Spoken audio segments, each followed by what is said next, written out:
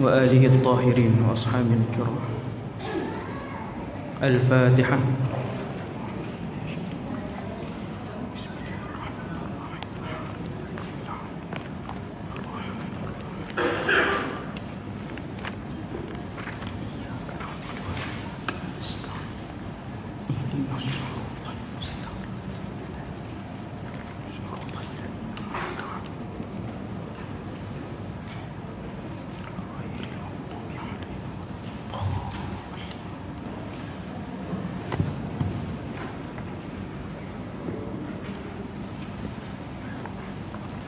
Assalamualaikum warahmatullahi wabarakatuh. A'udzu billahi minasy syaithanir rajim.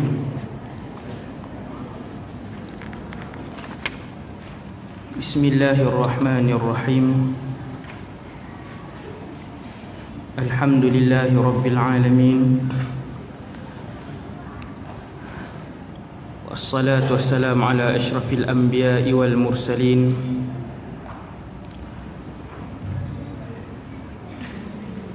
سيدنا وحبيبنا وشفيعنا وقرة أعيننا محمد بن عبد الله الأمين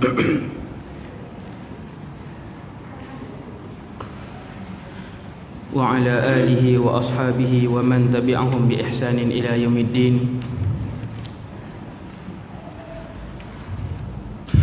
ولا حول ولا قوة إلا بالله العلي العظيم.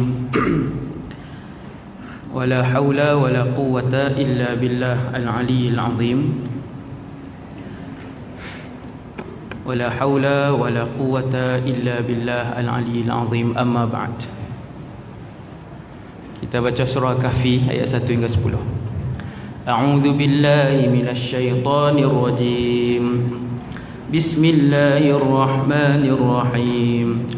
الحمد لله الذي أنزل على عبده الكتاب ولم يجعل له عوجا قيما لينذر بأسا شديدا من لدنه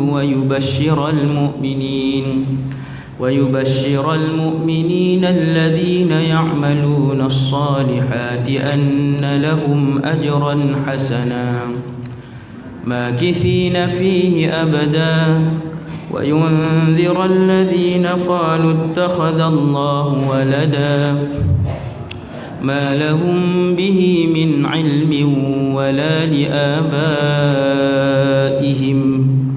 كبرت كلمة تخرج من أفواههم إن يقولون إلا كذبا فلعلك باخع نفسك على آثارهم إن لم يؤمنوا بهذا الحديث أسفا إنا جعلنا ما على الأرض زينة لها لنبلوهم أيهم أحسن عملا وإنا لجاعلون ما عليها صعيدا جرزا أم حسبت أن أصحاب الكهف والرقيم كانوا من آياتنا عجبا إذ أوى الفتية إلى الكهف فقالوا ربنا آتنا من لدنك رحمة وهيئ لنا من أمرنا رشدا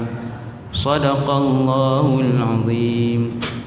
صلى الله ربنا على النور المبين أحمد المصطفى سيدي المرسلين. صلى الله ربنا على النور المبين أحمد المصطفى سيدي المرسلين. صلى الله ربنا على النور المبين أحمد المصطفى سيدي المرسلين.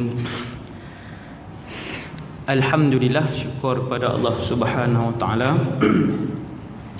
Sama-sama saya dan kita semua ikhlaskan hati kita menghadiri majlis ilmu kerana Allah, dan kita memohon kepada Allah Subhanahu wa taala untuk memberikan kepada kita redha di dunia dan di akhirat, dan seterusnya memasukkan kita dan ahli keluarga kita ke dalam syurga Firdaus tanpa hisab dan azab, insya-Allah.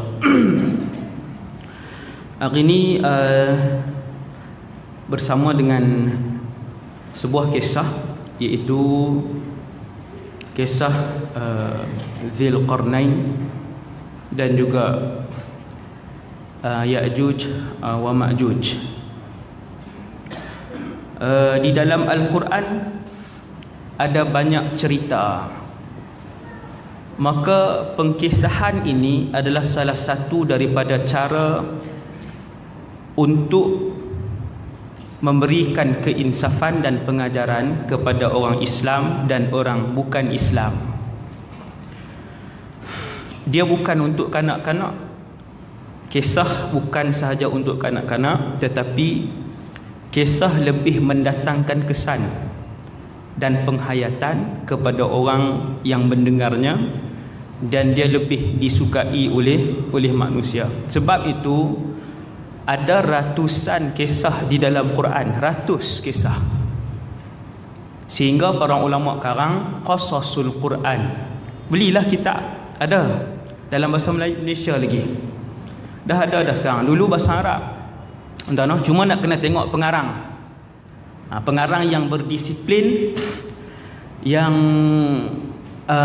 berpegang dengan, orang kata, yang ada peraturan lah, ambil hadis yang sahih, yang hasan. Dia tak ambil cerita-cerita masuk dalam tu. Jadi tengok kisah-kisah dalam Al-Quran yang dibawa dan dikekal serta diabadikan di dalam Al-Quran sebagai salah satu daripada kalamullah Azza wa Jalla. Jadi kisah ada dalam Quran ni, muslimin muslimat, ibu-ibu ayah semua kisah yang ada dalam ni dibawa oleh Jibril alaihissalam kepada Nabi sallallahu alaihi wasallam. Maka dia kisah sahih lah, kisah yang memang tak perlu bahas. Bila sebut Dzulqarnain, betulkah ada seorang raja beriman nama Dzulqarnain? Dia tak boleh, jangan tanya betulkah dah, sebab ni ayat Quran. Kalau kisah tu tak ada dalam Quran, baru kita boleh nak tengok pula dia punya kedudukan kisah tu. Adapun kisah ni Dzulqarnain, Ya'juj wa Ma'juj, kisah-kisah ni apabila dia diceritakan dalam Quran, maka dia adalah mutawatir. Kalau ingkar boleh jadi kufur. Bukan ingkar satu kisah, satu huruf dalam Quran. Kalau kita anggap dan kita beriman, kita yakin kata tak ada satu huruf, alif lam mim, kita kata alif naknya ditambah. Pada kurun ketiga dia buat cerita. Sebenarnya asal lam mim saja. Siap. Alif je dia nafi, kufur. Sebab yang tu adalah mutawatir. Dia Quran kalamullah. Boleh buka yang ada Quran, ayat 83 surah Al-Kahfi. Surah Kahfi ni surah yang kita baca tiap-tiap minggu. Daripada awal ayat 1 sampai ayat 100 berapa? Hak boleh jawab tu baca, hak tak boleh jawab tu faham lah. Kalau baca tiap minggu dia boleh jawab ayat 1 sehingga ayat 110. Ayat 110 tiap-tiap minggu kita baca. Maka kalau masjid ni buat daurah surah Kahfi, sangat bagus, supaya bila kita baca tu kita faham makna. Seronok surah Kahfi ni, kalau tak faham makna pun dia antara surah yang sangat tinggi dia punya kesan dia. Semua surah dalam Quran kita baca rasa hati kita disiram dengan air, semua surah. Tapi dia ada surah-surah yang tertentu, surah Maryam, surah Kahfi, surah Yasin, surah Fatihah. Ni antara surah-surah tertentu kalau kita baca dia macam 2 kali lebih terkesan lah. Dia ada rahsia dia yang tersendiri, sesuai dengan apa yang Nabi sebutkan. Sesuai apa yang Nabi sebutkan.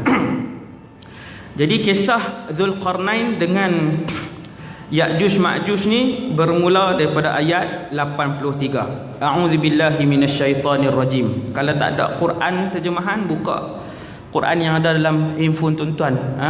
Kok dia duduk tepi game Clash of Clans ke Quran tu kan. Kan game banyak kita download, takkan Quran tak ada, no? Ada orang saya suruh buka ni, kita buka lah Quran dalam ni, dia kata tak ada. Ambil handphone dia tu, dia game ada 3-4 kan, Quran tak ada. Sekarang ni boleh download, no? Muslim Pro antaranya yang mudah lah sekali dengan terjemahan. Boleh buka daripada situ. Ayat 83. A'udzubillahi minasyaitonirrajim. Wa yas'alunaka 'an dzil qarnain. Qul sa'atlu 'alaikum minhu dzikra. Mereka akan bertanya kepadamu wahai Muhammad tentang Zulqarnain. Katakanlah, aku akan bacakan kepadamu cerita tentangnya. Zulqarnain dia tak hidup. Zulqarnain tidak berjumpa dengan Ya'juj wa Ma'juj. Sekejap kita akan sebutkan secara terperinci. Bila dia sebut di sini, tuan-tuan tengok tafsir, mereka akan bertanya kepadamu. Mereka ni ialah orang-orang Quraisy Mekah. Satu hari ayat ni turun ketika Nabi masih lagi di kota Mekah lah, tuan-tuan.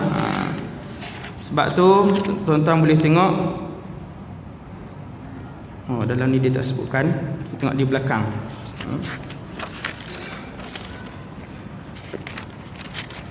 Kita tengok di belakang surah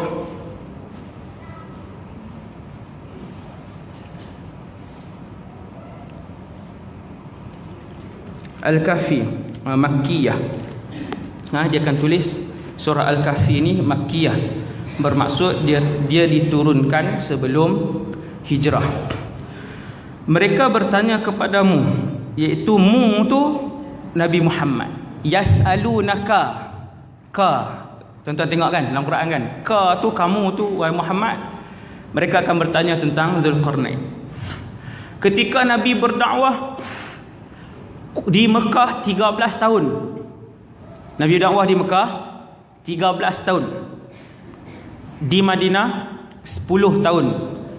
13 campur 10, 23. Tempoh menjadi Rasul 23 tahun. Maklumat ni balik tanya anak masing-masing. Ni saya balik tanya anak masing-masing. Panggil anak, tanya sirah. Berapa lama Muhammad SAW menjadi Rasul? 23 tahun. 13 di Mekah, 10 di Madinah. Waktu menjadi Rasul di kota Mekah, segala jenis cacian, segala jenis maki, pukul, tangkap sahabat, seksa, bunuh, berdebat, tawarkan dengan tawaran dunia, wanita, kekayaan, menjadi Raja Mekah dan sebagainya, macam-macam. Kesemuanya tewas. Sampailah mereka mempelakwa kepada Nabi Muhammad macam inilah. Kami sembah Tuhan kamu setahun dan kemudian kita sembah Tuhan kami pula setahun. Nabi kita tidak sama sekali. Okey, tak boleh setahun, 6 bulan. 6 bulan kita sembah Allah, 6 bulan lagi kita sembah berhala-berhala kami. Tak boleh sebulan, tak boleh seminggu, tak boleh sampailah sehari. Akhirnya Allah Ta'ala turunkan, qul ya ayyuhal kafirun la a'budu ma ta'budun. Jawab wahai Muhammad. Qul ni apa? Jawab wahai Muhammad. Bagi tahu wahai Muhammad. Beritahu kepada mereka Muhammad. Katakan kepada mereka wahai Muhammad. Tu qul, tuan-tuan duk baca tu. Qul huwallahu ahad. Katakan kepada mereka wahai Muhammad, huwallahu ahad. Qul ya ayyuhal kafirun. Apabila mereka menawarkan kepada Nabi untuk sembah sehari, 2 hari, sebulan, setahun, la a'budu ma ta'budun. Aku takkan sembah apa yang kalian sembah. Sampai ayat akhir kali, lakum dinukum waliyadin. Kalian agama kalian, kami agama kami. Tiada kompromi. Jadi Quraisy cuba semua jenis percubaan, tak berjaya. Siapa baca sirah dia boleh tengok bagaimana Quraisy setiap hari mereka akan cipta senjata apa untuk menghancurkan perjuangan dakwah yang dibawa oleh Rasulullah. Tiap-tiap hari, setiap hari, sampai satu hari Quraisy kata macam ni, kita pergi jumpa dengan ulama-ulama Yahudi dan Nasrani. Tanya ulama Yahudi dan Nasrani soalan-soalan yang Muhammad tak boleh jawab. Ataupun kita tanya mereka, ulama-ulama ni, apa kita nak tanya Muhammad? Kenapa pemimpin Quraisy kata kita kena pergi? Sebab di Mekah tak ada orang Yahudi dan Nasrani. Tak ada. Kalau ada pun tersangat ganjil. Seperti Waraqah ibn Naufal, sepupu kepada Sayyidatina Khadijah bintu Khuwailid. Dia ni menghafal Taurat dan Injil. Dia duduk di Mekah, tapi jarang sangat. Kemudian tak ada dah ulama-ulama Yahudi Nasrani, tak ada di kota Mekah, kena pergi Madinah. Maka 2-3 orang pemimpin Quraisy pergi Madinah, jumpa ulama-ulama Yahudi dan Kristian, Nasara, tanya, kami nak buat macam mana dengan Muhammad ni? Lalu ulama-ulama Kristian dan Yahudi kata, tanya kepada Muhammad. 3 soalan yang terdapat di dalam kitab Taurat dan Injil, hanya para nabi mengetahuinya. Ini benda yang menarik. Hadis-hadis ni yang menarik. Daripada sini, daripada hadis-hadis sahih ni, kita dapat tahu tentang beberapa isi kandungan Taurat dan Injil yang sama dengan Quran. Yang sama dengan Quran. Antaranya yang ni, hadis ni. Dan banyaklah lagi. Yang tu boleh buat tajuk ceramah. Kandungan Taurat dan Injil yang sama dengan Quran berdasarkan hadis sahih. Tajuk tu. Jadi mereka pergi jumpa dengan ulama-ulama Kristian Yahudi ni. Apa kami nak tanya? Maka ulama Yahudi dan Kristian kata, ada 3 soalan hanya Rasul saja yang mengetahui. Kalau dia boleh jawab, fahuwa nabiyyun mursal, maka dia pasti seorang nabi. Tetapi kalau dia tak boleh jawab, Muhammad tak boleh jawab, fahuwa rajulun yataqawwal, maka dia lelaki yang suka reka perkataan, suka reka cerita. Tanya Muhammad soalan pertama, an malikin tawaf, seorang raja yang berlegar-legar daripada barat ke timur dengan kerajaannya. Tanya soalan kedua kepada Muhammad, fityatin da'u fi zamanil awal, sekumpulan anak remaja yang hilang dulu ni, Ashabul Kahfi lah, kan duduk dalam gua tu lama. Dan yang ketiga, tanya Muhammad tentang ruh.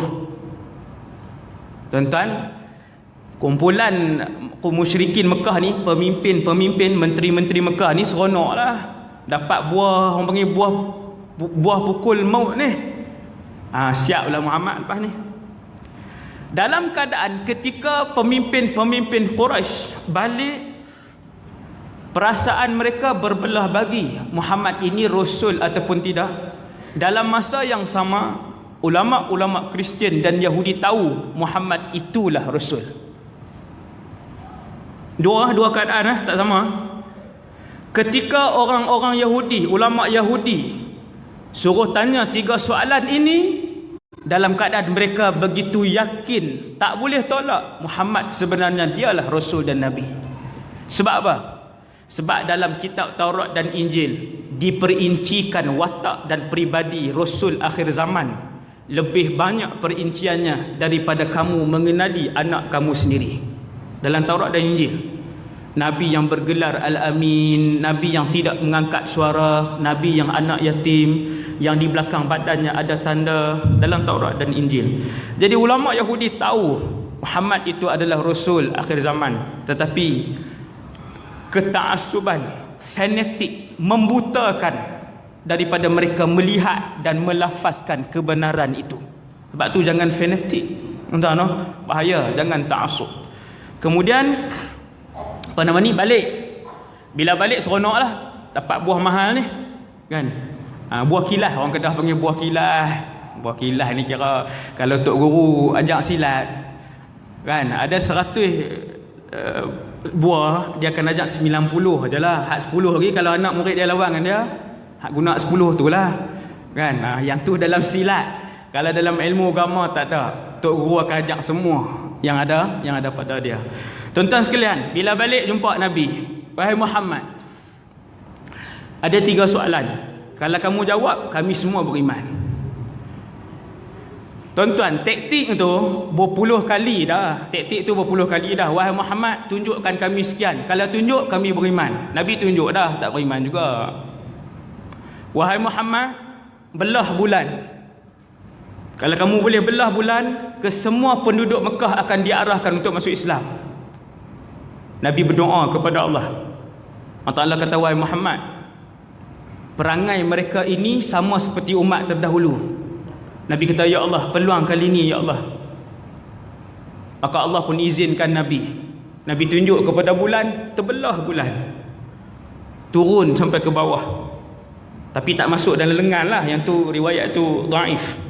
Noh duduk di atas bukit Abi Qubais dan bukit Qu'ayqi'an. Bukit tu hari ni cerita bulan pula dah. Tu tak habis lagi kan. Bukit tu hari ni kalau pergi umrah, bukit hak keliling Kaabah tu. Satu hak ada terowong tu dekat dengan istana. Dekat dengan istana, ada istana tu kalau tuan-tuan perasan hak panjang tu. Istana kan, keluar Kuk Marwah. Keluar Kuk Marwah, nampaklah istana tu. Itu bukit Abi Qubais. Qu'ayqi'an belah sini, di sini tu. Tuan-tuan, zaman Rasulullah, bulan yang di langit bukan bulan dalam gambar. Bulan yang di langit itu turun kemudian terbelah dua, duduk di atas 2 bukit macam tu. Habis tengok tu, pemimpin-pemimpin Quraisy tengok kemudian naik balik sambung, dia berkata, hebat sihir Muhammad, hebat. Tak masuk Islam juga. Samalah dengan soalan ni. Wahai Muhammad, kami ada 3 soalan. Kalau jawab, kami semua masuk Islam. Tuan-tuan, ketika itu Rasulullah tidak ada jawapan kerana wahyu ini belum turun lagi. Quran turun 23 tahun. Al-Quran turun 23 tahun. Sebanyak 6,000 ayat ni, 6,000 lebih ni. 6236 ataupun 6666 ni selama 23 tahun. Dia bukan turun serentak. Daripada langit pertama tu, kadang dia turun 2 ayat. Kadang dia turun 80 ayat. Kadang 1 surah, kadang macam tu. Kadang tak habis lagi surah ni, esok turun surah lain pula. Maka Nabi akan beritahu kat sahabat, surah ni sambungan yang surah semalam. Nabi akan beritahu, surah ni surah sekian-sekian. Jadi bila tak ada jawapan lagi, tuan-tuan yang dirahmati Allah, Nabi jawab kepada pimpinan-pimpinan Quraisy ni. Nabi kata, esok aku jawab. Tanpa Nabi sertakan insya-Allah. Subhanallah. Kita pun sama juga. Sebut insya-Allah. Jadi Nabi dengan penuh keyakinan, dengan penuh harapan. Wahyu kan selalu, lepas tu wahyu Jibril selalu turun. Wahyu ni berhenti selepas wahyu pertama sahaja. Waktu Nabi turun daripada Gua Hira tu, dapat Iqra di atas tu, dapat Iqra, kemudian fataral wahyu terhenti. Ulama khilaf lah, 3 hari, ada yang berapa bulan, lama wahyu berhenti. Selepas itu wahyu turun untuk yang kali yang kedua, ketiga, keempat, kelima, teruslah wahyu dia tak ada dah sampai sebulan 2 bulan, tak ada dah. Tuan-tuan, cuma Allah Subhanahu Wa Taala menegur satu sudut yang halus dalam kehidupan Rasulullah. Bila Nabi kata esok aku akan jawab, tak salah tuan-tuan. Cuma Nabi tak sebut sebagai adabnya, insya-Allah, kalau Allah kehendaki. Tuan-tuan yang dirahmati Allah, sepanjang hari wahyu tak turun. 3 soalan tak ada jawapan. Keesokan hari pemimpin Quraisy datang. Sampai depan rumah, wahai Muhammad, mana jawapan? Tuan-tuan, macam mana tuan-tuan? Kita nak garu di mana? Garu tempat tak kata ya? Kita lah. Kan kita. Macam ni. Nak jawab apa ni? Wahyu tak turun. Esok aku beri jawapan. Kita menghadapi cabaran. Waktu tu Rasulullah menghadapi cabaran dari sebuah kerajaan. Di belakang kerajaan itu adalah penduduk kota Mekah. Yang kalau Nabi jawab, waktu tu Nabi dengan husnuzannya, dengan baik sangkanya, ke semua penduduk Mekah akan masuk Islam. Seharian Nabi tunggu. Hari kedua seharian Nabi tunggu. Bayang tengok, seharian. Kita nak jumpa orang ni, kawan kita kata esok aku beri jawapan, esok aku beri jawapan. Tak ada jawapan. Dia ni penakut ni. Dia ni penipu, keluar macam-macam dah. Dalam status Facebook semua keluar dah. Oh, dia menipu. Esok kita pergi lagi, kita tekak gambar. Ya, jangan lupa tau, rakam sikit. Hari ketiga pergi, wahai Muhammad, mana jawapan? Esok aku berikan jawapan. Tekak gambar, apa semua, rakam sikit suara. Yang tu lagi best, nak buat fitnah kan. Zaman hari ni, masuk dalam status apa semua. Masih menipu. Kita masih dikencing hidup-hidup. Ayat maksiat, ayat dosa banyak tuan-tuan hari ni. Jadi berlanjutan sehingga 15 hari. Bayang tengok macam mana Nabi menanggung hari-hari. Bagaimana menunggu sehari 24 jam tu, betapa lama dan betapa resahnya. Orang duduk situasi ni dia tahu. Tunggu lama, akhirnya barulah turun. Wa yas'alunaka 'an dzil qarnain. Ni wahai Muhammad, mereka bertanya kepada kamu tentang Dzulqarnain. Qul, jawab, sa'atlu 'alaikum minhu dzikra. Aku di sini Allah ke Rasulullah?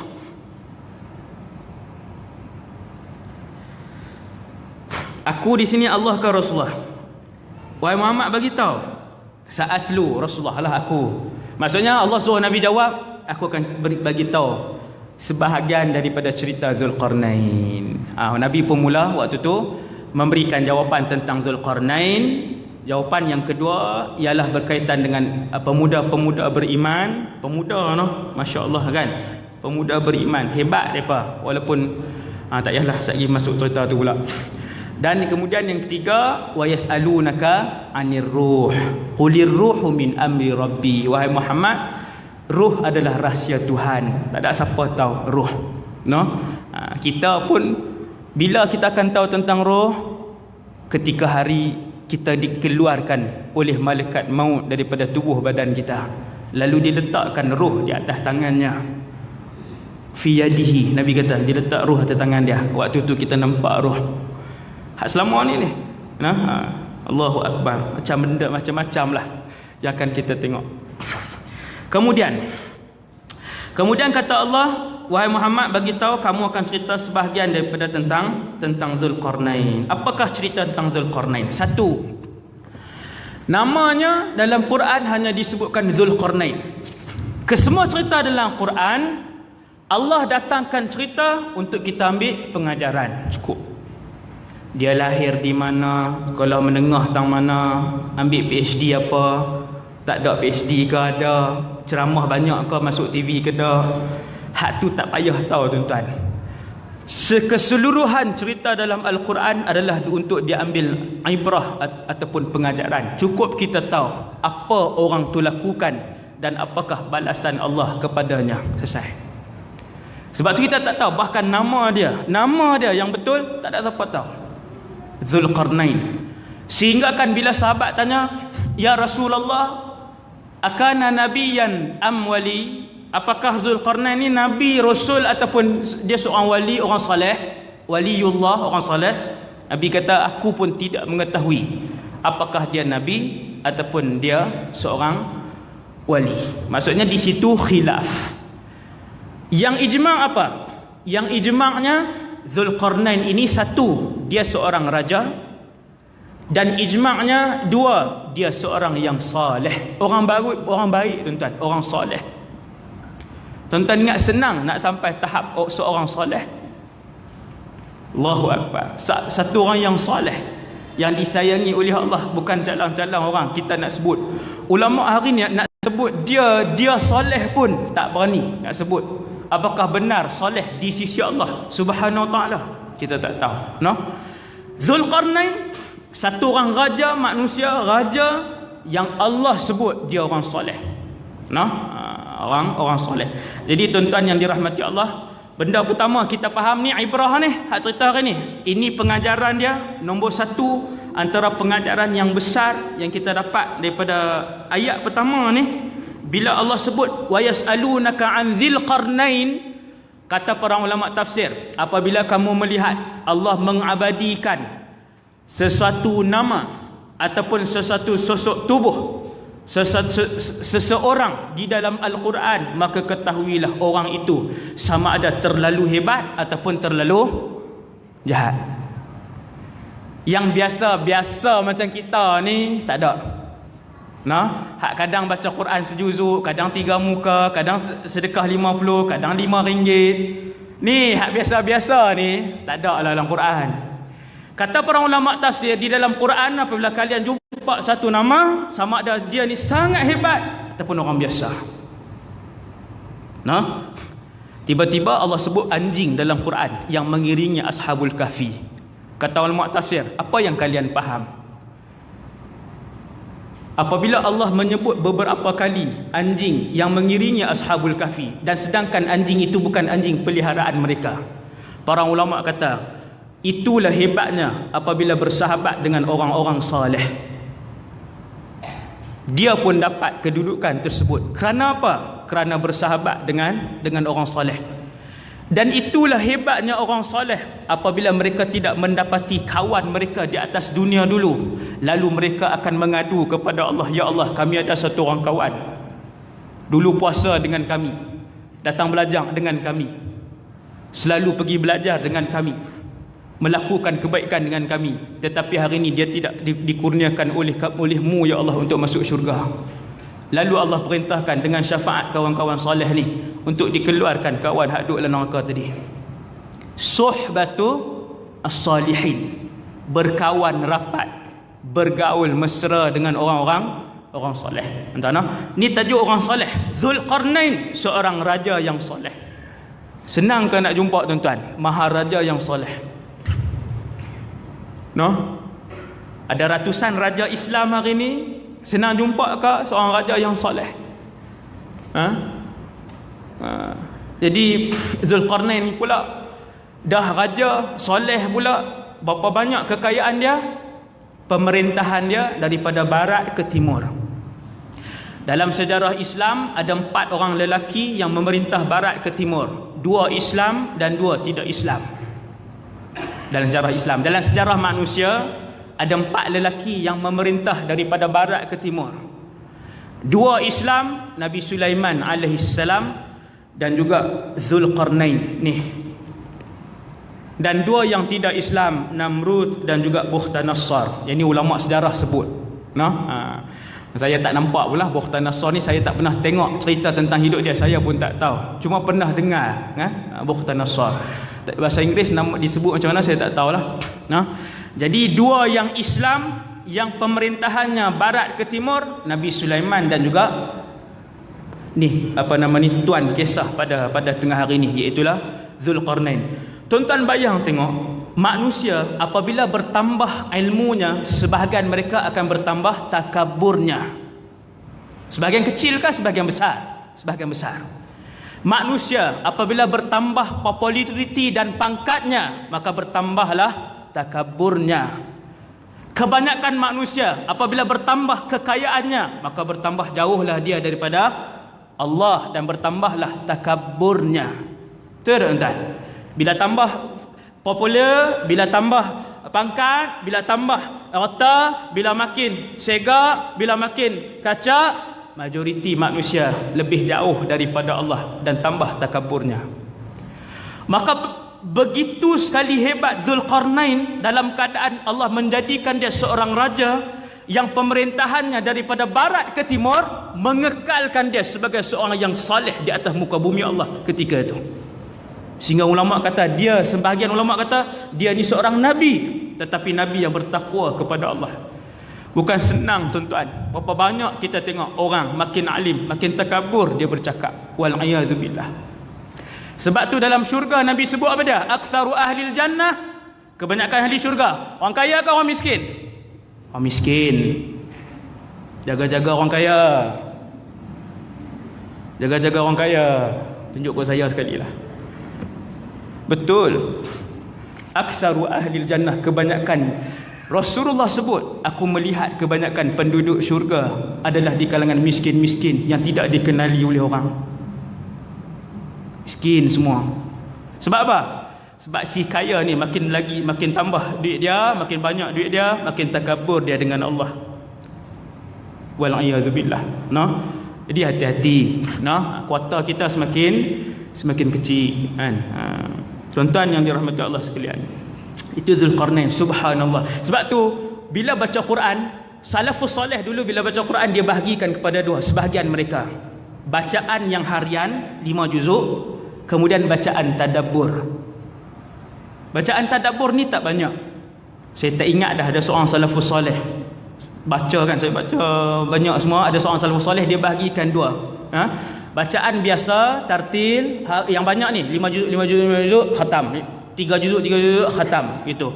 Dan ada satu lagi jadi jenis bacaan, iaitu bacaan tadabbur. Apa bacaan tadabbur? Bacaan sambil menimbulkan perasaan takut kepada siksa, menimbulkan perasaan mengharapkan pengampunan dan redha Allah.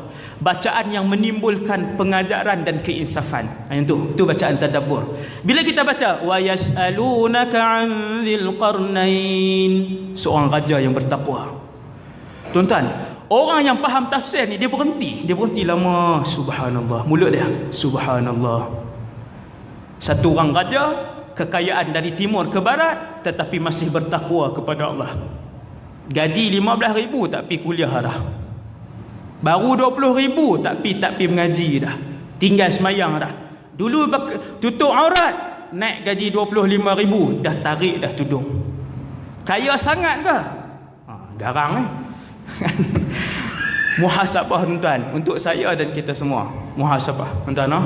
Kemudian ayat seterusnya Allah Ta'ala sebut apa? Kita tengok. Inna makkanna lahu fil ardi wa atainahu min kulli syai'in sababa. Sesungguhnya kamilah. Siapa? Kami. Siapa kami? Allah. Tuan-tuan nampak? Makkanna, na tu kami. Kami tu Allah. Nampak seronok kalau faham kan? Seronok. Sebab tu kalau belajar bahasa Arab faham. Allahu Akbar. Pilah sekarang ada kursus 3 bulan tak lama di Jordan orang buat kursus belajar bahasa Arab. Di Mesir, seeloknya pi negara yang tak ramai orang Melayu. Kalau tuan-tuan pi Mesir 11,000 duk ada. Pagi duk main sembang, kata makcik nak tolong pergi beli roti canai dah. Tak ada apa roti canai. Wah roti canai di Malaysia. Tak ada perkataan baru. Pi tuan-tuan, pi Morocco orang tak ramai 3 bulan. Pi duk cari rumah sewa, cari keluarga angkat ke? Ada keluarga angkat duk dengan orang Arab 3 bulan. InsyaAllah balik seronok baca Quran. Tambah sikit. Lepas 3-4 tahun pula anak pun dah besar-besar, pi pula 3 bulan. Jangan anak 5-6 tahun duk ada pi belajar kat sana kan, susahlah sikit. Tuan-tuan, kami, sesungguhnya kami telah memberi iaitu Allah kekuasaan kepadanya di muka bumi. Kepada Zulkarnain. Di mana Allah bagi kuasa? Di atas muka bumi. Siapa yang bagi kuasa?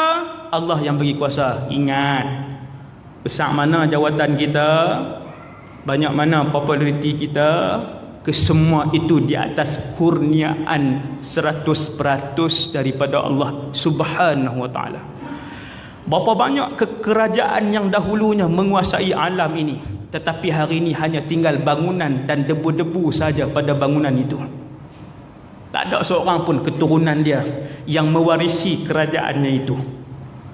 Fir'aun ketika mana dia membina bangunan, satu menara Fir'aun bina, tinggi menara tu lebih kurang 11 batu. 11 batu berapa kilometer? 16 kilometer. Bukan KL Tower.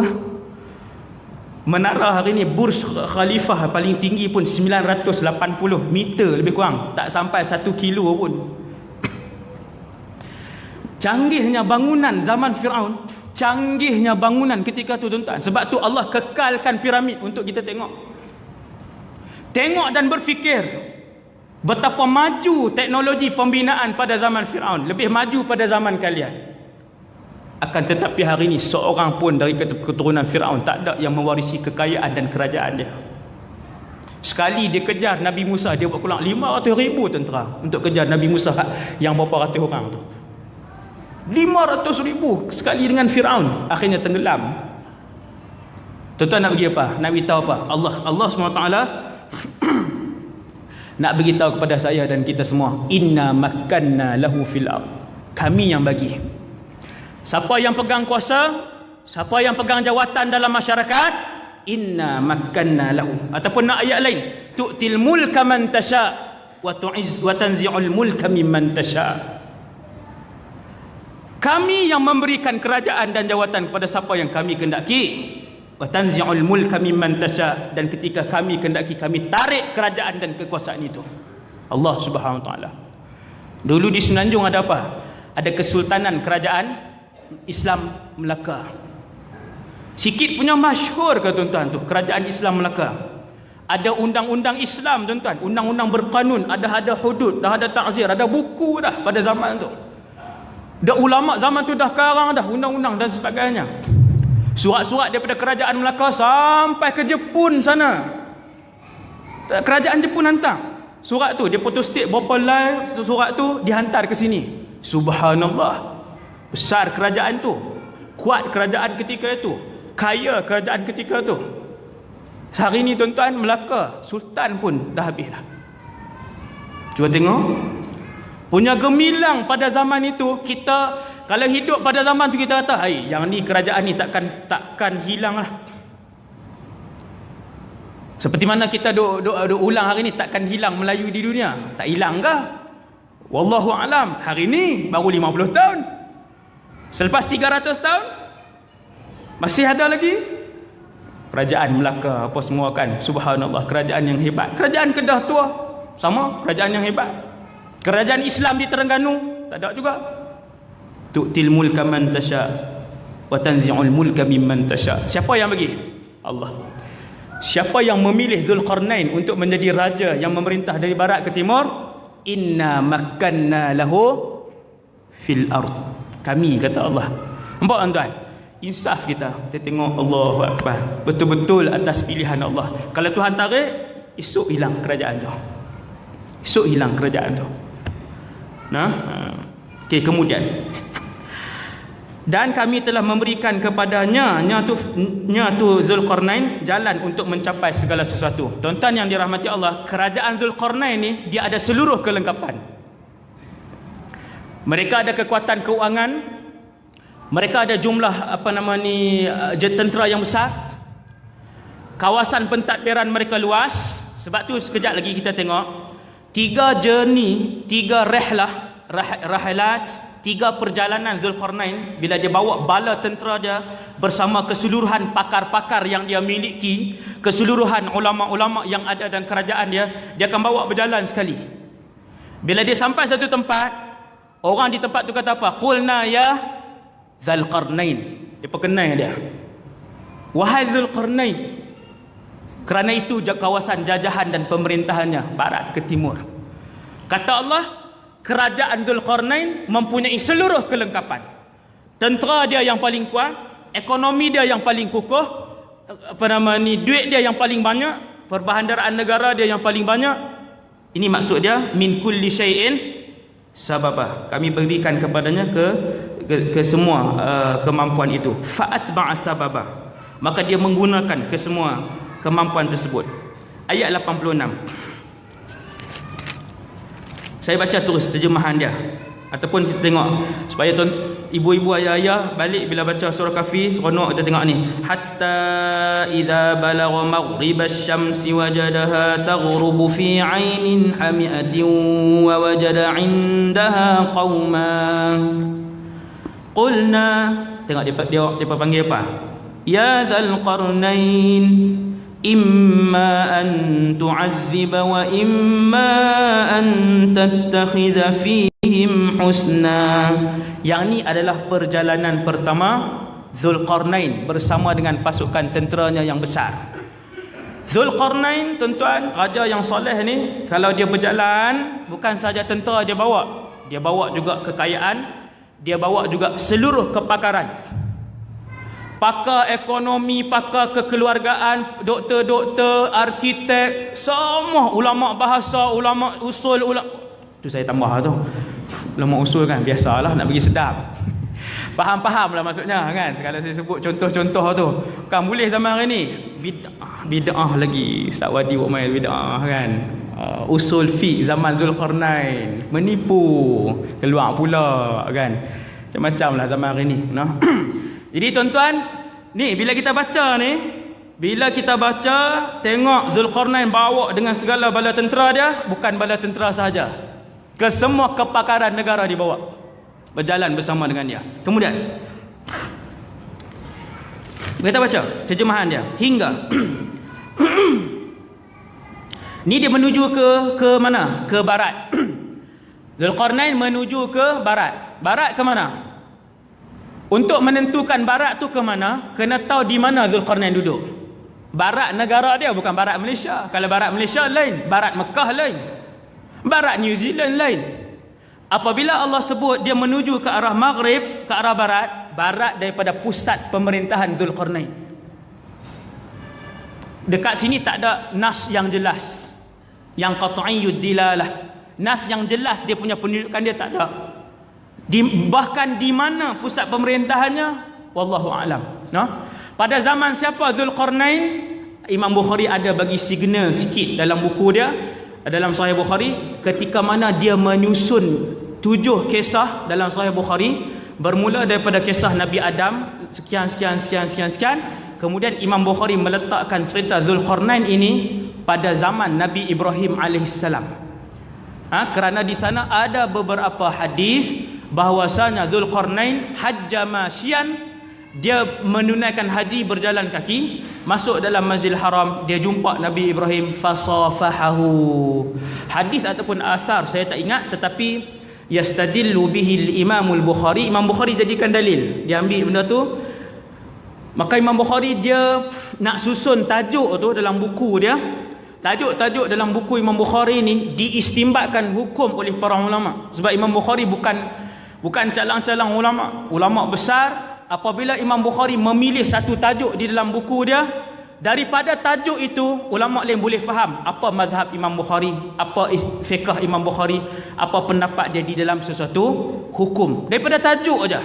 Maka bila ulama-ulama tengok Imam Bukhari menyusun kisah ni bermula daripada awal Nabi Adam, Imam Bukhari letak turutan, kemudian Imam Bukhari letak kisah Zulkarnain bersama dengan kisah Nabi Ibrahim. Kemudian pula Imam Bukhari datangkan beberapa hadis bahwasanya Zulkarnain berjumpa dengan Nabi Ibrahim, tetapi yang tu bukanlah mu'tamad, bukanlah mu'tamad. Cuma kita boleh bayang-bayanglah mungkin pada zaman itu, mungkin pada zaman itu, ataupun di mana pusat pemerintahan dia, wallahu a'lam. Ada satu lagi pendapat ijtihad para ulama.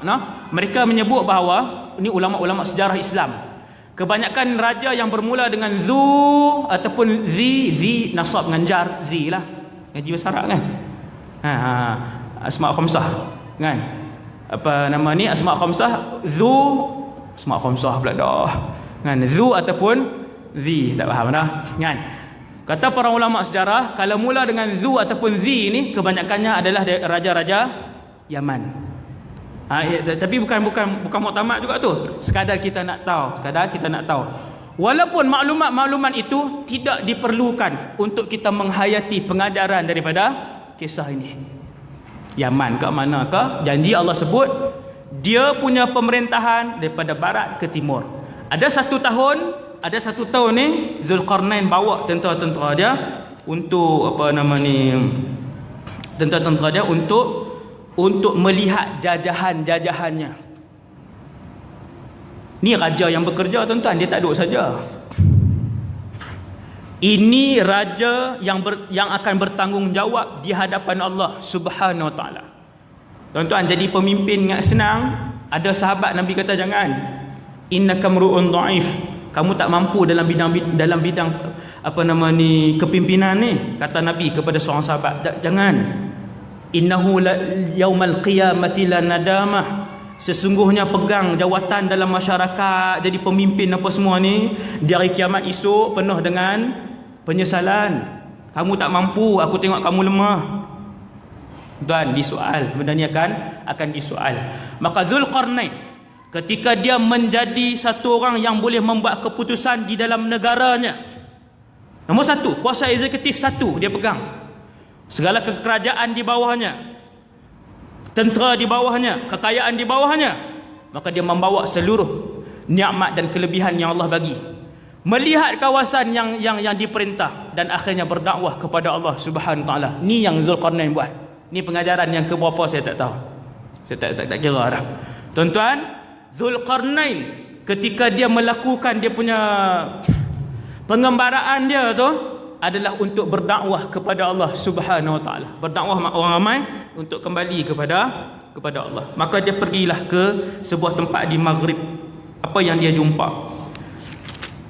Apabila dia telah sampai ke tempat terbenam matahari, dia melihat matahari terbenam di dalam laut yang berlumpur hitam. Dan dia mendapati di situ segolongan umat. Ni bukan Ya'juj Ma'juj lagi lah.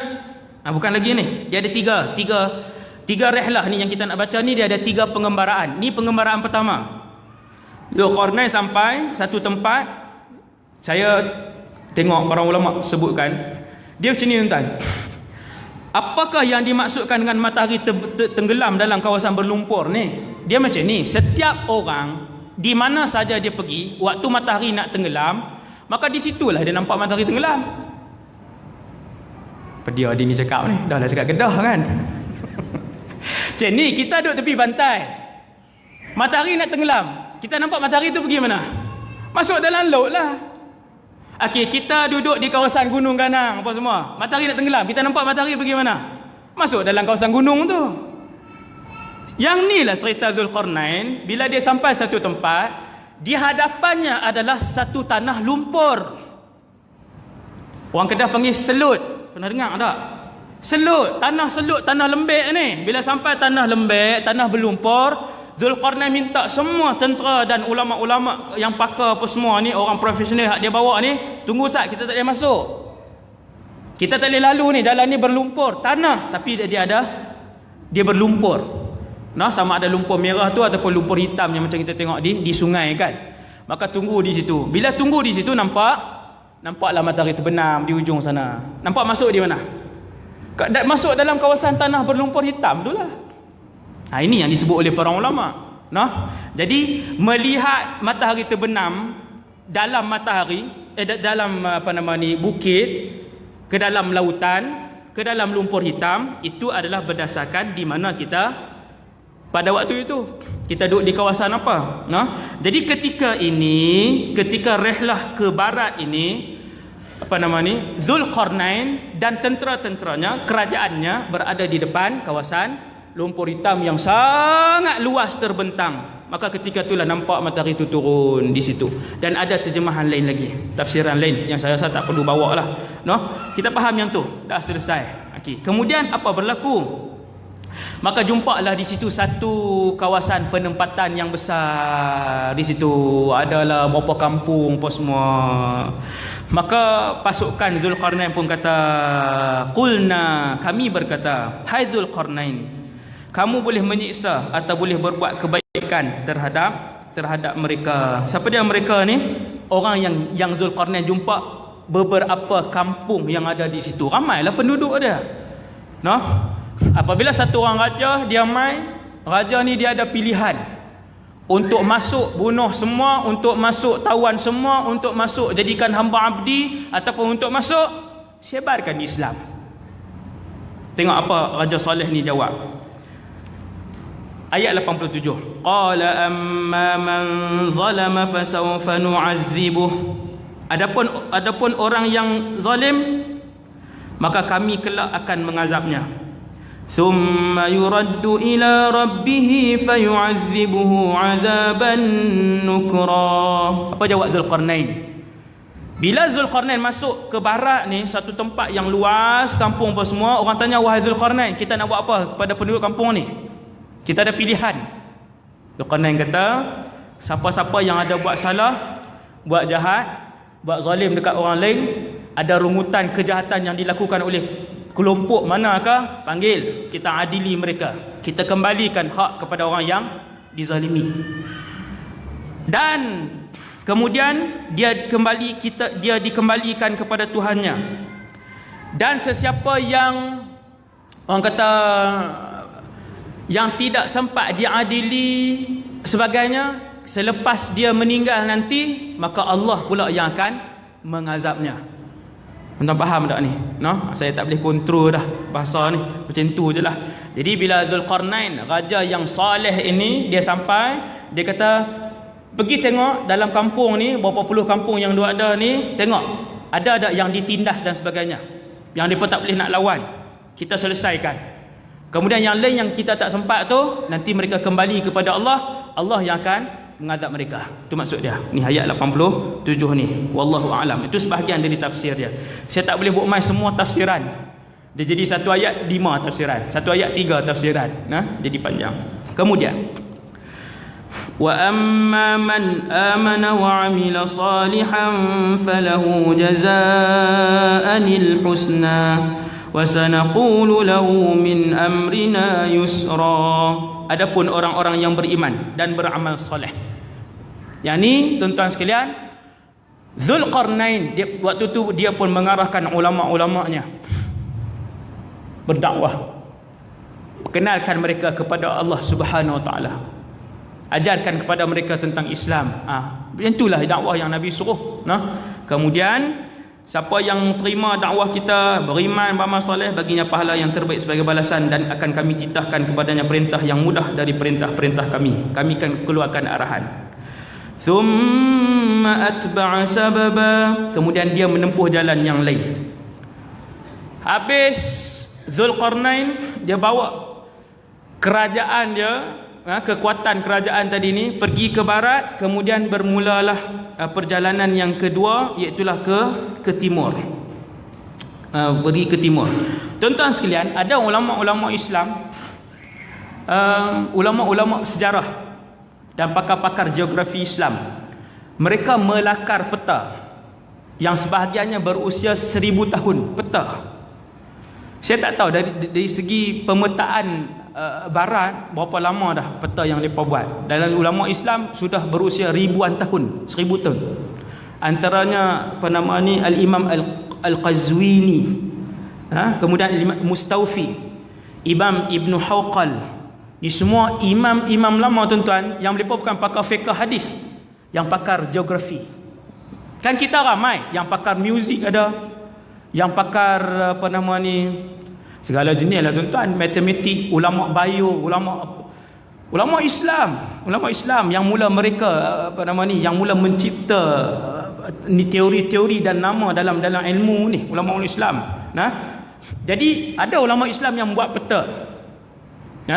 Terutamanya dalam satu buku Atlas Tarikhul Islam, Dr. Hussein Mu'nis. Tak ada terjemahan saya rasa. Atlas Tarikhul Islam, kalau yang boleh bahasa Arab, Dr. Hussein Mu'nis. Dalam tu dia ada masukkan peta-peta lama ni, usia ribuan tahun, yang dilakar oleh pakar-pakar geografi Islam zaman dulu. Hebat tuan-tuan, ulama Islam sangat hebat. Selak-selak salah satunya dituliskan peta kharitah makan tempat Sad Ya'juj wa Ma'juj. Ijtihad tuan-tuan, ijtihad ulama-ulama geografi ni tuan-tuan, ulama dulu, ulama Islam sebut ulama geografi tetapi juga pakar Quran dalam ni. Tuan-tuan tengok Ibn Sina pakar perubatan tetapi dia menguasai 4 lagi ilmu lain, antaranya ilmu agama juga. Hebat, subhanallah, hebat. Ulama, walaupun dulu ulama geografi, Quran dalam ni ilmu hadis-hadis juga dia hafal. Depa himpunkan hadis-hadis tentang Ya'juj Ma'juj. Tengok ayat-ayat Quran Allah sebut menuju ke mana. Dalam cerita ni disebutkan rehlah ketiga Zulqarnain, dia pergi satu tempat yang mana tempat tu manusia-manusia dia tidak ada perlindungan, sama ada pakaian ataupun rumah mereka tak ada perlindungan. Sama ada pakaian mereka tutup tak habis, tutup sikit, ataupun tempat-tempat tinggal mereka tak ada bumbung dan sebagainya. Maka ulama-ulama kita tuan-tuan, dia orang kaji, lepas tu tengok Allah Ta'ala sebut bagaimana sebagainya. Akhirnya dalam peta tu dituliskan bahawasanya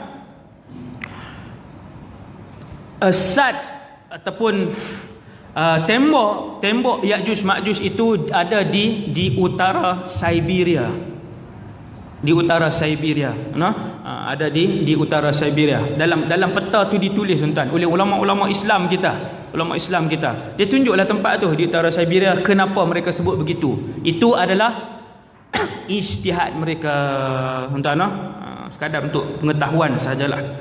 Kemudian ayat 90, Zulkarnain pun bawa tentera dia semua kerajaannya untuk pergi ke timur pula. Hatta idza balagha matli'a asy-syamsi wajadaha tatlu'u 'ala qaumin lam naj'al lahum min duniha sitra. Yani ke timur. Hingga apabila dia telah sampai ke tempat terbit matahari sebelah timur, dia mendapati matahari itu menyinar segolongan umat.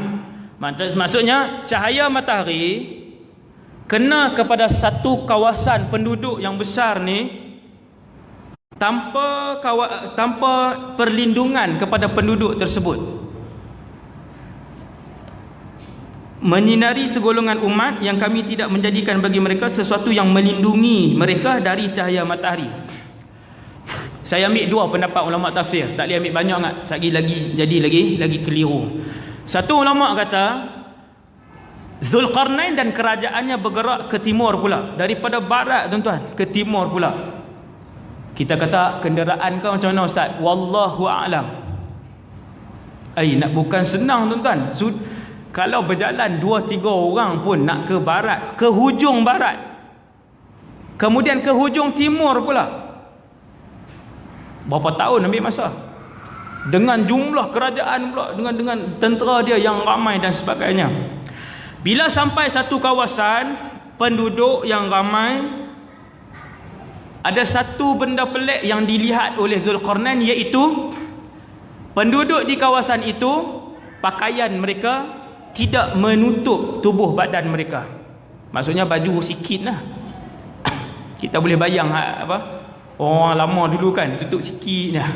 Sampai hari ni ada di sebahagian kawasan Afrika kan, orang perempuan atas dia tak pakai dah, tutup bawah saja sampai hari ni.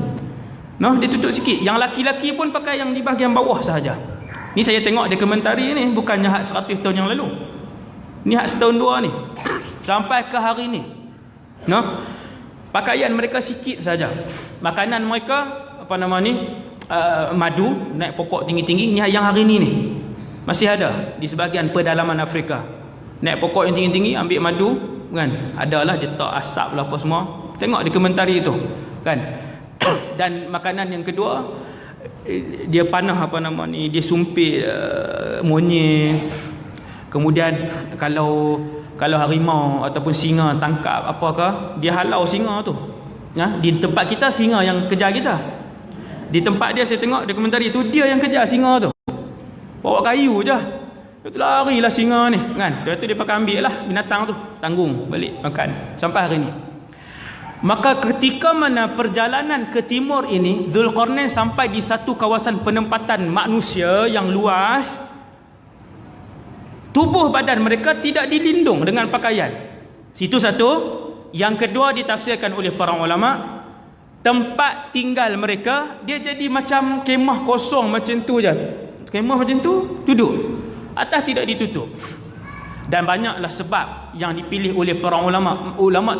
Ulama berijtihad lah di sini. Kenapa? Ada yang kata mereka ketinggalan, ada yang sebut mereka tak tahu pembinaan. Maka ketika itulah Zulkarnain dia panggil pula pakar-pakar dia, pakar pertanian, hak jurubina apa semua, ajak kumpulan ni, seru mereka kepada Islam, kemudian ajar mereka macam ni, buat rumah dan sebagainya. Bagaimana yang tu pentafsiran dengan birra'i, pentafsiran dengan akal lah, dengan logik. Kemudian kadzalika wa qad ahatna bima ladaihi khubra, demikianlah dan sesungguhnya ilmu kami meliputi segala yang ada padanya. Thumma atba'a sababa, kemudian dia menempuh satu jalan lain yang lagi. Ini yang ketiga. Nampak tuan? Ni selepas kita baca ni kita tahu dah ada 3 perjalanan. Barat, timur, ni sampai ayat ni.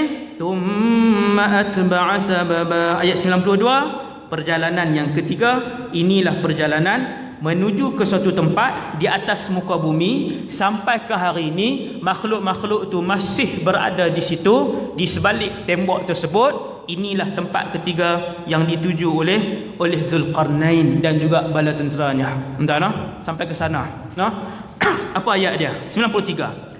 Hatta idza balagha baina as-saddain wajada min dunihima qauman la yakaduna yafqahuna qawla. Hingga apabila dia telah sampai di antara dua buah gunung. Nampak tuan-tuan? Kita tengok dua buah gunung besar. Duduk macam tu, gunung tu duduk sebelah-sebelah macam tu. Nak buat pun tak boleh dah, dengan tangan-tangan semua naik dah ni. Hak ni lah jadi gunung saat kita cerita kan. Ni ada dua gunung ni. Kalau ada dua botol elok sikit kan. Lagi nampak. Sebab hak ni nampak bukan macam gunung ni. Hak ni. Ada tak botol satu lagi? Pihak urus dia. Bagi botol yang penonton pun tak apa, saya bagi balik. No, ambil sampai botol yang orang ni, tak tahulah. Punya nak cerita nah. Subhanallah. Sat kita tengok macam mana. Subhanallah. Hingga apabila dia telah sampai seperti dia ni, Zulqarnain, ni tempat ketiga. Di antara dua buah gunung. Ni kawasan yang bergunung ganang. Tuan-tuan, memang di sana kawasan bergunung ganang. Ada kawan saya datang ke Malaysia ni, dulu belajar di Syria daripada Dagestan. Memang kawasan tu naik ke atas apa semua ni, Rusia tuan-tuan. China atas, Rusia apa semua, Siberia, kawasan tu memang kawasan yang bergunung. Banyak gunung di situ. Mereka sangat mahir. Saya bawa kawan saya naik Gunung Jerai. Dia datang ke rumah saya ziarah. Dagestan ni, makhluk gunung ni. Tapi bukan Ya'juj Ma'juj lah. Orang Rusia apa semua ni kan, dia nak ziarah saya sebab dia belajar di KL. Dia sambung master ke apa tau. Ziarah mai di Kedah. Kedah nak naik ke mana? Gunung Jerai lah. Kan? Banyak lagi lah tempat lain. Bila naik gunung ni, saya bawa pergi ke satu tebing. Tebing ni, kita kena turun tebing tu, bahaya, memang bahaya lah. Kena turun perlahan-lahan tebing tu. Kemudian kita boleh duduk di atas satu yang hamparan batu. Kenapa saya tahu? Sebab saya suka naik ke situ untuk apa nama ni, tenangkan diri. Noh, baca Quran apa semua, sangat seronok. Dia sejuk macam Cameron juga, tinggi kan. Lepas tu ada kawasan tu, nampaklah bawah semua.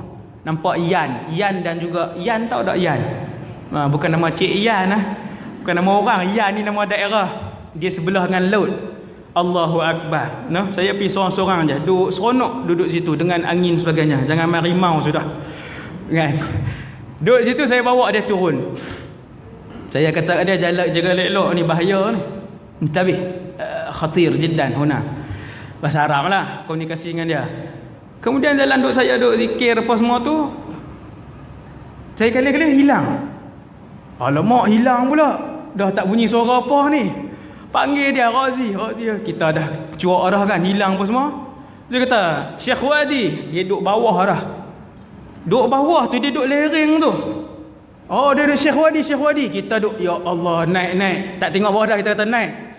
Is'ad ila fawq huna khatir. Dia kata, ma fi muskilah, nahnu mantiqatuna kulluha jabaliyah. Dia kata tak ada masalah, kami orang gunung, semua tempat kami gunung-gunung tinggi. Dia mahir, dia lompat satu cebing, kalau lompat tu terlebih kan, pakai buat tahlil di situlah, pakai buat bid'ah di situlah. Dia tahlil di situlah saya. Allahu Akbar. Dia duduk lompat macam tu tuan-tuan lah. Lepas tu dia pun naik atas, dia kata jom balik kan. Jadi kawasan dia kata memang bukit. Kemudian saya tanya dia, kan ada pendapat ulama, sad itu, tembok itu di sana. Saya kata, antum bahasa di sana macam mana? Dia kata, bahasa di tempat kami, satu kampung 3 bahasa. Saya kata kat dia, lughah am lahjah. Takhtalif al-lughat amil lahjat. Yang berbeza tu bahasa ke slang? Dia kata bukan slang, dia kata bukan lahjat, lughah.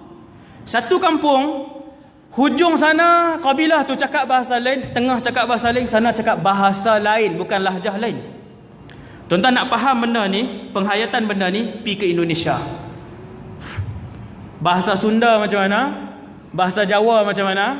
Bahasa ni bukan perbezaan lahjah macam Kelantan dengan Terengganu, dengan Kedah, tetapi perbezaan bahasa. Cumanya di Indonesia dia kuranglah perbezaan dia, kan? Di belah sana, belah-belah negara Mawara'un Nahar dipanggil dalam bahasa Arab ni, Dagestan, Tajikistan, Turkmenistan, Azerbaijan. Tan tu hak Piramli sebut apa tu, kan? Hak tu tak ada, hak tu merapu. Hak saya sebut tadi betul tau. Turkmenistan tu betul tu fakta tu. Saya kata saya ambil Piramli punya ni pula. Jadi di negara sana dia kata kampung kami, satu kampung kadang-kadang 3 bahasa. Tuan-tuan tengok ayat ni, dia kata apa? Hingga apabila Zulkarnain sampai di satu kawasan, kata para ulama, kawasan tu maksudnya di timur juga, sebab perjalanan timur, kemudian Zulkarnain meneruskan perjalanan tu. Dia mendapati di hadapan kedua gunung yang besar, suatu kaum yang hampir tidak mengerti pembicaraannya. Tuan-tuan, ayat Quran, bila ayat Allah SWT nak cerita, bila Allah sebut keadaan sesuatu tempat, Allah akan sebut masalah yang paling besar di tempat tu. Dia tak cerita semua. Tuan-tuan kalau pergi satu tempat, pergi Itali, pergi Perancis, kita nak cerita setiap sudut, beza jalan Itali dengan Perancis, beza pipe air Itali dengan Perancis, yang tu habislah 1000 muka surat. Maka Quran sama. Apabila Quran nak cerita pengajaran sesuatu tempat, Quran akan sebut masalah nombor 1 dan yang terakhir paling besar di tempat tu ialah Zulkarnain dan segala jenis kepakaran yang dia bawa. Hampir-hampir tak jumpa ataupun tidak dapat memahami juga bahasa penduduk di situ kerana betapa lainnya bahasa mereka. Okey, berapa tempat Zulkarnain pergi seluruh dunia? Allah tak sebut pun tentang bahasa. Kerana antara ulama yang dibawa oleh Zulkarnain adalah ulama-ulama bahasa, seperti yang disebutkan oleh sebahagian ulama tafsir. Sebab Zulkarnain dia tak bawa tentera sahaja, dia bawa kepakaran, dia bawa semua profesional. Jadi sampailah di negara mana pun, Zulkarnain akan arahkan dia punya pakar-pakar bahasa dan sebagainya, okey, bercakap. Maka tak ada masalah percakapan. Tuan-tuan, barat ke timur, takkan bahasa dia satu. Maka dalam perjalanan Zulkarnain yang luas dan jauh ini, berapa ratus bahasa yang perlu digunakan untuk diterjemahkan supaya Zulkarnain memahami penduduk di kawasan itu. Tetapi di mana saja Zulkarnain sampai, bahasa tidak jadi masalah, kecuali di kawasan gunung ni. Rupanya di situ ada perkampungan Ya'juj wa Ma'juj. Begitu lain bahasa mereka.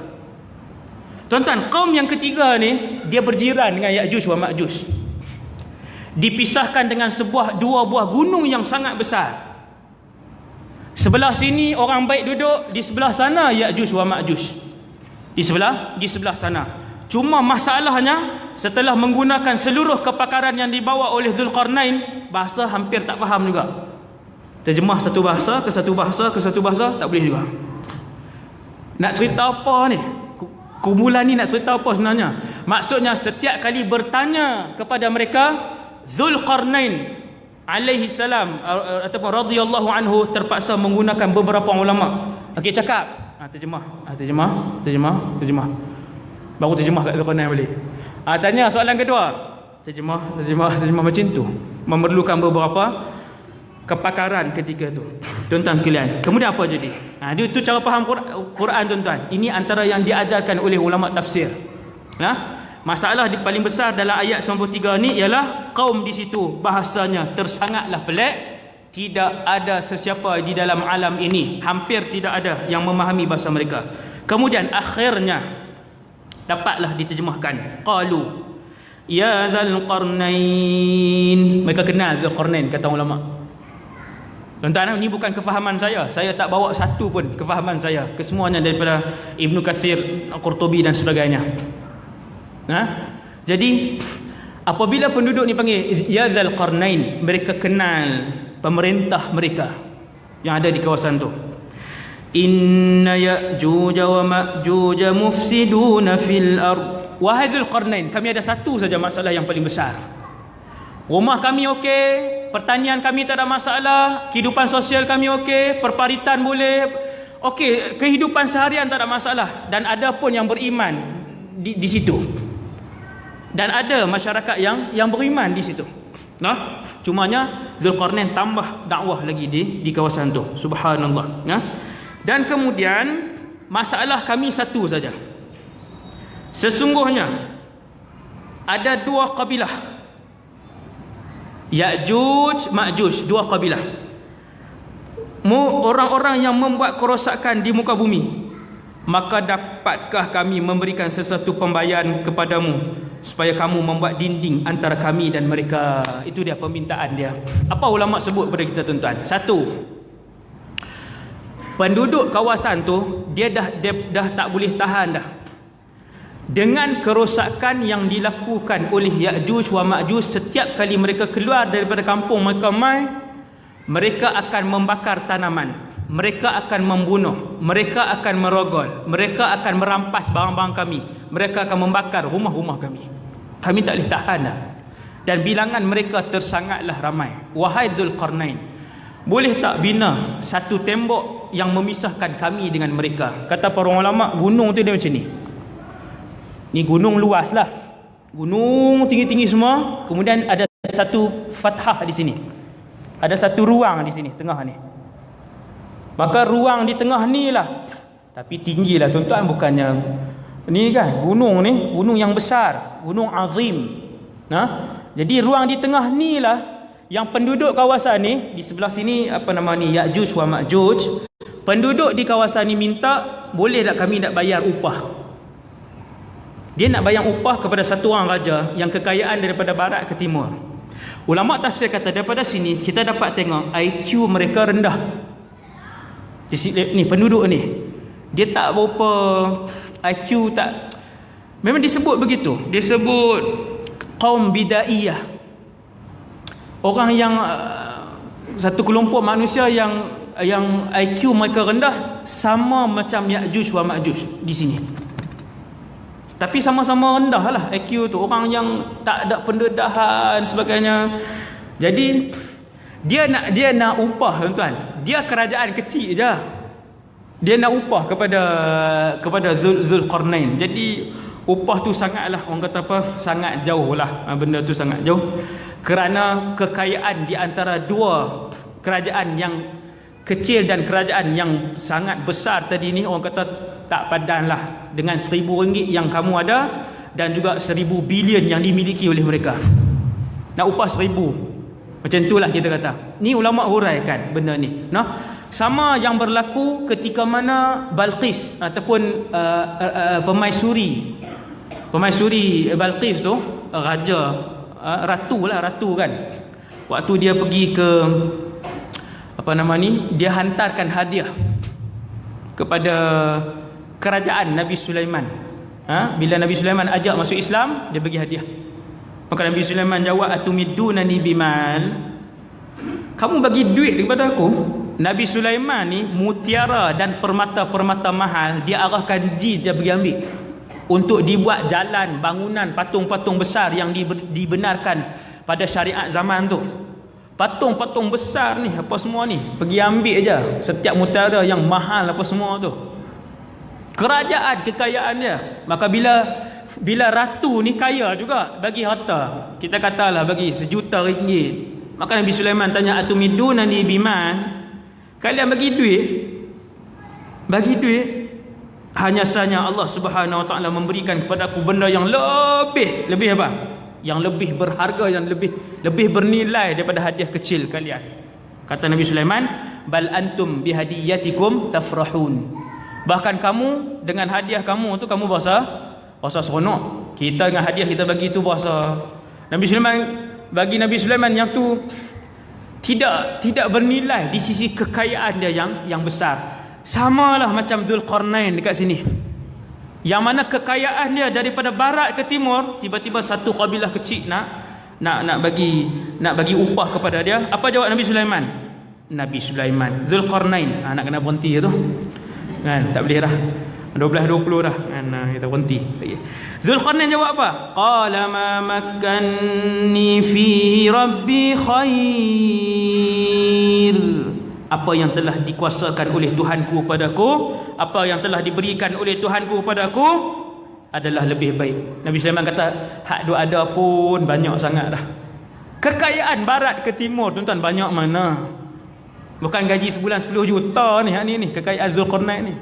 Bukan sebulan 10 juta. Kekayaan yang dua lelaki yang memerintah barat ke timur. Kemudian kata Nabi kata Zulqarnain, fa'inuni biquwwatin aj'al bainakum wa bainahum radma. Nabi Zulqarnain kata apa? Aku tak perlu, insya-Allah duit kalian, simpan duit tu. Yang aku nak ialah bagi kekuatan orang ramai dan alat. Bagi kekuatan tenaga kerja dan alat, dua. Untuk aku buat dinding di antara kamu dan mereka. Tengok ayat 95 bahasa Arab. Zulqarnain menggunakan perkataan radma. Adapun penduduk kawasan tu guna perkataan sadda. Radma jauh lebih kukuh, lebih tebal, lebih utuh, lebih kuat.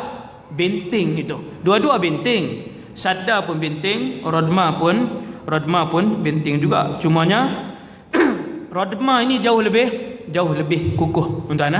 Jauh lebih kukuh. Kemudian apa yang dia minta? Apa yang Zulqarnain minta? Tengok ayat 96. Atuni zubaral hadid. Kata Zulqarnain, kumpulkan potongan-potongan besi. Di sini kita fikir, tuan-tuan. Di sini kita mula merenung. Kepingan besi ni nak ambil mana kepingan besi, tuan-tuan?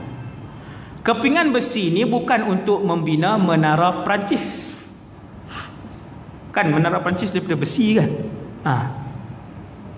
Tetapi kepingan besi ini untuk dilakukan dan dibina satu tembok yang disusun kepingan-kepingan besi itu sehinggalah dia sampai sama tinggi dengan gunung tu. Allahu Akbar. Tuan-tuan nak ambil mana besi? Tengok teknologi zaman tu. Teknologi zaman tu nak ambil daripada mana jumlah ketulan-ketulan besi sebanyak itu. Dan kalaupun ada jumlah kepingan besi sebanyak itu, dengan alat apakah ia disusun untuk menjadi tinggi sampailah ke paras kedua buah gunung itu. Ni kita fikir panjang ni. Kita katalah ada besi, perlu korek. Guna cangkul nak korek 10 juta orang diperlukan. Ni nak penuhkan dua bukit. Ni bukit panjang, gunung memanjang, di hujung ni gunung ni bercantum. Maka ada kawasan kosong di sini. Kawasan kosong ini keseluruhannya perlu dipenuhkan dengan berapa bilion tan besi. Ambil masa berapa lama, tuan? Di sini ulama kata, cuba lihat teknologi pembinaan pada zaman dulu. Sebab tu yang Firaun tadi, tuan-tuan, Firaun tadi. Kita sampai zaman hari ini, kerajaan moden kita, teknologi moden kita sampai hari ini, bangunan paling tinggi, menara paling tinggi, tak lebih 1 kilometer. Firaun senang-senang aja dia buat. Dia arahkan Haman, ya Haman ibni li sarhan. Arah macam tu aja, tak payah kata kerja ke apa ke. Ya Haman ibni li sarhan. Betapa banyak duit dia. Di zaman hari ini kalau nak buat projek besar macam tu, kena tengok hutang berapa banyak dah. Duit tak cukup, kalau buat lagi bankrupt kalau zaman hari ini. Kaya Firaun zaman tu, ya Haman ibni li sarhan, buat satu menara, tak payah tinggi sangat, sebelah 15 km cukup. 11 batu, tuan-tuan, menara tu. Sarh tu. Sebelah batu punya tinggi. Kata Firaun, aku nak naik menara tu, takkan jalan kaki naik. Takkan dia nak naik ke atas. Mesti ada lagi teknologi moden lain yang mengangkat Firaun naik ke atas. Lift lah zaman ni, tuan, lift. Kan? Pijak. Subhanallah. Jadi itulah antara kemajuan teknologi pembinaan yang ada pada zaman Zulqarnain. Dahsyat, tuan. Atuni zubaral hadid. Ayat tu simple, tetapi siapa yang berfikir lebih mendalam, Zulqarnain kata, bawa ketulan besi, himpun dan tindankan ketulan-ketulan besi itu di atas gunung ni macam ni. Himpun ni penuh kan ni? Penuh. Akhirnya penuh. Dah penuh. Subhanallah. Tak tahu berapa banyak tentera diperlukan, berapa banyak besi diperlukan, apakah jentera yang digunakan ketika itu. Satu untuk keluarkan besi daripada bawah, yang kedua untuk angkut dan timbun ni. Dia kalau bukit tu rendah tuan-tuan, kalau bukit tu rendah, Ya'juj Ma'juj mai naik macam tu je lah. 2 jam sampai lah belah sana. Nampak tuan-tuan? Kalaulah bukit itu rendah, 2 jam je Ya'juj Ma'juj naik sampai belah no. Dia naik atas dia babai. Dia kata rendah je, dia kata. Rendah je, sekejap je. Tetapi disebabkan bukit ini tinggi dan curam belah sini, lalu dibina, kemudian penuh. Atuni zubaral hadid hatta idza sawa bainas sadafaini qala anfukhu. Apa jadi? Hingga apabila besi itu telah sama rata dengan kedua puncak gunung tu. Faham tuan-tuan? Ni puncak ni. Ni puncak ni. Tindan besi, tindan ke tulang besi sampai penuh. Subhanallah, berapa bilion tan besi. Berapa bilion tan besi. Ajaib lah, ajaib. Dan benda tu ambil masa hanya beberapa ketika saja. Nah, kemudian apabila besi-besi itu telah pun ditindan, tiuplah api. Bakar apa tuan-tuan? Besi ni. Maka diletakkanlah kayu di celah-celah ni. Kayu. Kita tak boleh bayang lah. Kayu apa pula dia letak? Macam mana pula dia ambil kayu-kayu tu diletakkan di celah-celah ni? Allahu Rabbi. Setelah diletakkan kayu-kayu ni, dibakar. Maka terbakarlah besi ni, tuan-tuan. Panas ke tak tuan-tuan? Saya tanya. Ni masalah yang ketiga. Kita bakar satu longgokan 10 ataupun 20 meter, kita dah tak boleh berdiri dah dengan longgokan sampah ataupun api tu. 10 meter tak boleh dah, 20 meter tak boleh dah, bahang dia. Apatah lagi yang dibakar ni adalah besi yang ketinggian dia mencecah berapa kilometer, kemudian bakar. Dia guna teknologi apa pula? Yang ni Quran tak cerita. Quran nak bagi kita fikir yang ditindan itu besi, ketulang besi, kemudian dibakar. Nanti dalam syurga kan, masuk syurga esok jumpa Zulqarnain, insya-Allah tanya. Tuan-tuan, dalam syurga kita ziarah di antara satu sama lain, insya-Allah. Allahu akbar. Kuliah tak ada dah, semayang tak ada dah, puasa tak ada dah. Hari-hari berjalan, hari-hari makan, hari-hari shopping. Kan yang tu yang kita nak di dunia. Yang itulah yang Allah bagi dalam syurga. Sebab tu kejar syurga. Tajuk syurga pula 2 jam. Bagi mukaddimah tuan-tuan, cari. Tuan-tuan dengar tajuk syurga. InsyaAllah kurang hati kita untuk sujud pada dunia ni. Banyak dengar tentang syurga, seronok. Sebab tu orang soleh mereka kejar akhirat. Semayang kejar akhirat. Sebab nikmat syurga ramai orang tak tahu rahsia dia. Kemudian tuan-tuan sekalian, apabila dibakar, bukan sampai besi itu cair, bakar kemerah-merahan. Subhanallah. Zulqarnain arahkan pula untuk dituangkan tembaga cair. Allahu Rabbi. Macam mana nak pergi dekat gunung ni? Satu nak pergi dekat macam mana? Tuan-tuan boleh bayang tak? Maksudnya dia pun ada kren gergasi yang angkat daripada jarak jauh, dituangkan tembaga cair. Nak bakar di mana pula tembaga tu? Bukan boleh tak periuk buh tembaga bakar. Tuan-tuan, buh periuk, buh tembaga. Kacau macam dodol tu. Tak dan tengoklah tembaga tu. Subhanallah. Dan berapa bilion tan pula diperlukan tembaga cair untuk dituang daripada atas ni turun ke bawah. Allahu Akbar. Penuh persoalan. Bila kita baca kan, kita berhenti lama. Subhanallah. Teknologi zaman tu dibina dengan kepakaran yang dibawa oleh Zulqarnain. Punyalah dahsyat kerajaan dia tuan-tuan. Satu pasukan mahir jurutera, satu pasukan engineer, satu pasukan arkitek, satu pasukan ulama bahasa, satu pasukan doktor. Zulqarnain bawa pada masa tu. Bila nak buat tembok ni, diarahkan pakar-pakar dia bincang. Hak ni buat pula plan, engineering drawing, apa arkitek drawing, macam-macam. Bila dah bakar, Zulqarnain kata ni ayat ni. hatta idza ja'alahu naran qala atuni ufrigh alaihi qitra. Nampak ayat ni 96 ni. Tiuplah api tu. Siapa yang baca sendiri, dia kata Zulkarnain pun tiup beramai-ramai. Baca tafsir di rumah dia kat anak-anak. Sebab tu jangan mesti berguru. Bila tak berguru, dia akan buat keluar fatwa songsang. Bila tak berguru, dia akan buat keluar fatwa orang ramai dengar. Mana satu betul ni? Fatwa pelik dah ni. Bila tak berguru, dia akan mula mengeluarkan fatwa yang mengelirukan orang ramai.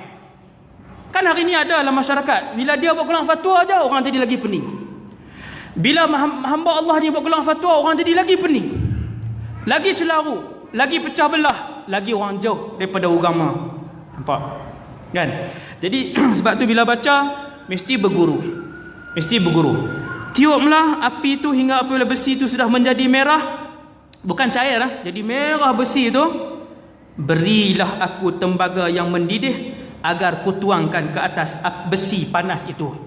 Tuan-tuan jangan bayang dia bagi satu baldi itu ya. Beri, maksudnya Zulkarnain pun ambil lah satu baldi ni, dia pun tuang. Gunung cik oi, gunung.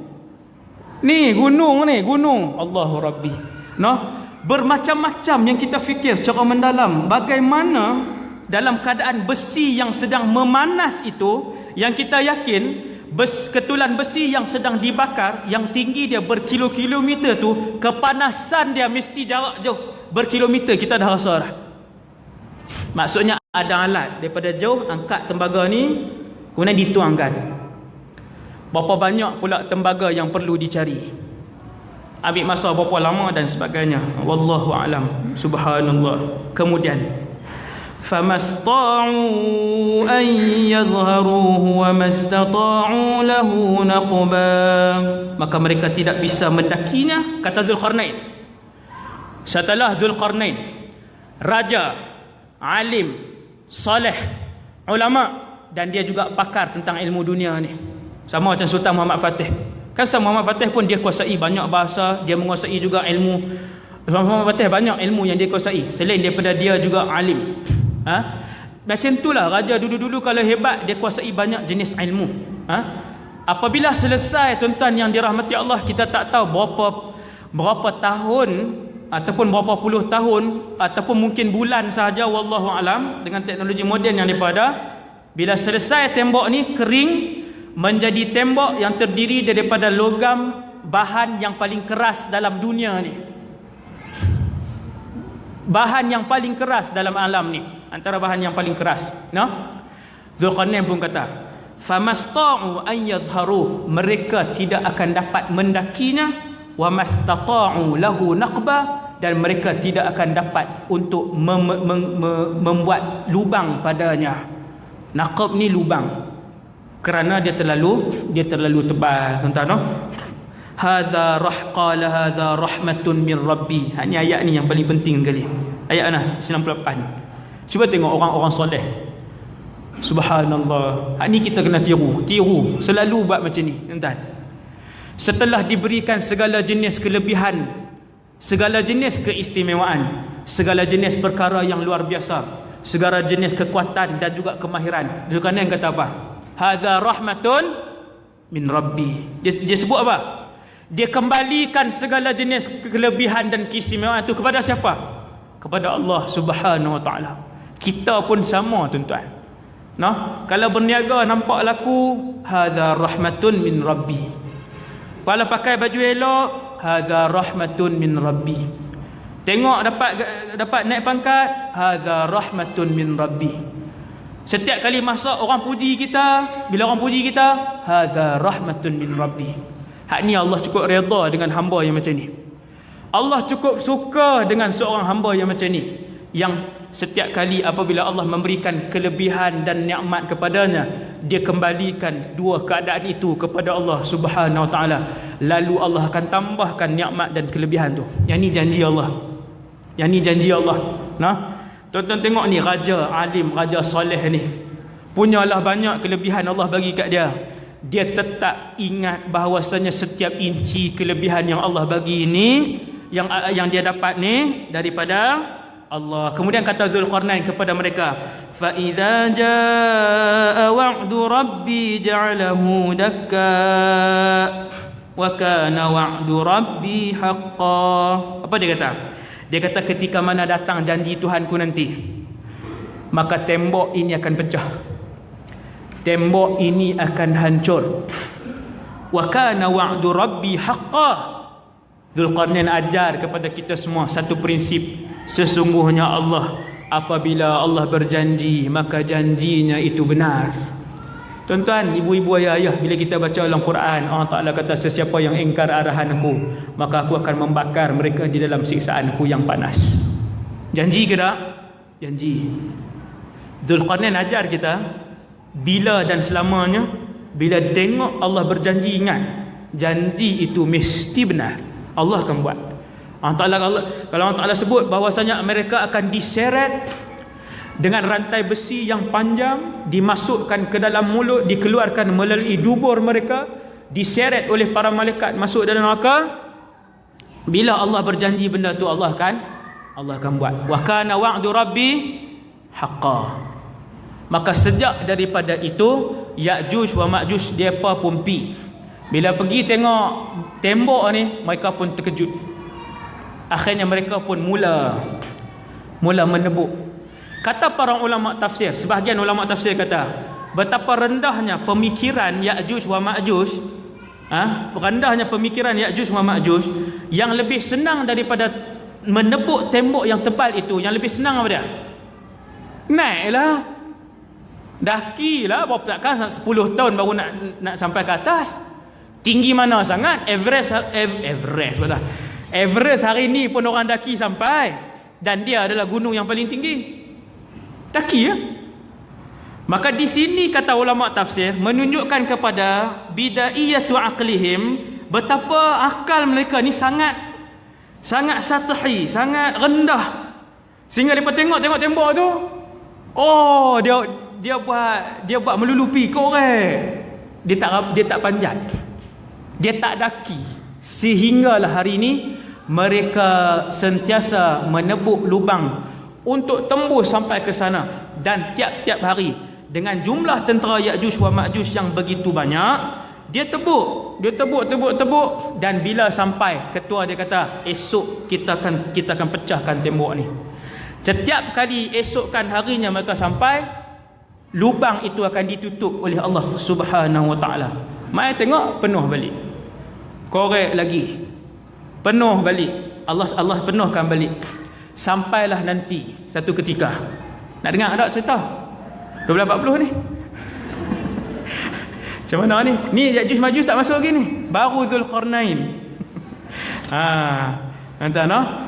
Sampailah satu ketika, saya perhabis tak payah soalan dah no. Ni sesi soalan dah ni. Tak payah soalan, saya perhabis sampai ke satu ni tak mau, satu soalan pun tak mau dah. Satu terus subhanakallahumma bihamdik, terus ni kita pergi minum. Tuan-tuan, sampailah satu ketika, satu hari Rasulullah masuk rumah Sayyidatuna Zainab binti Jahash. Rumah isteri Nabi kan banyak keliling tu, bilik. Ada giliran Zainab binti Jahash. Bila Nabi masuk, kemudian Nabi kata la ilaha illallah dengan nada terkejut. La ilaha illallah, terkejut Nabi. Wailul lil Arab, habislah orang Arab, min syarrin qad iqtarab, daripada satu perkara buruk yang sangat hampir. Qad futiha min radmi, hari ini telah dibuka daripada tembok Ya'juj wa Ma'juj, mislu hadhihi, sebesar ini. Nabi tunjuk kat isteri dia Zainab binti Jahash. Nabi buat macam ni, terbuka dah ni, sebesar ni.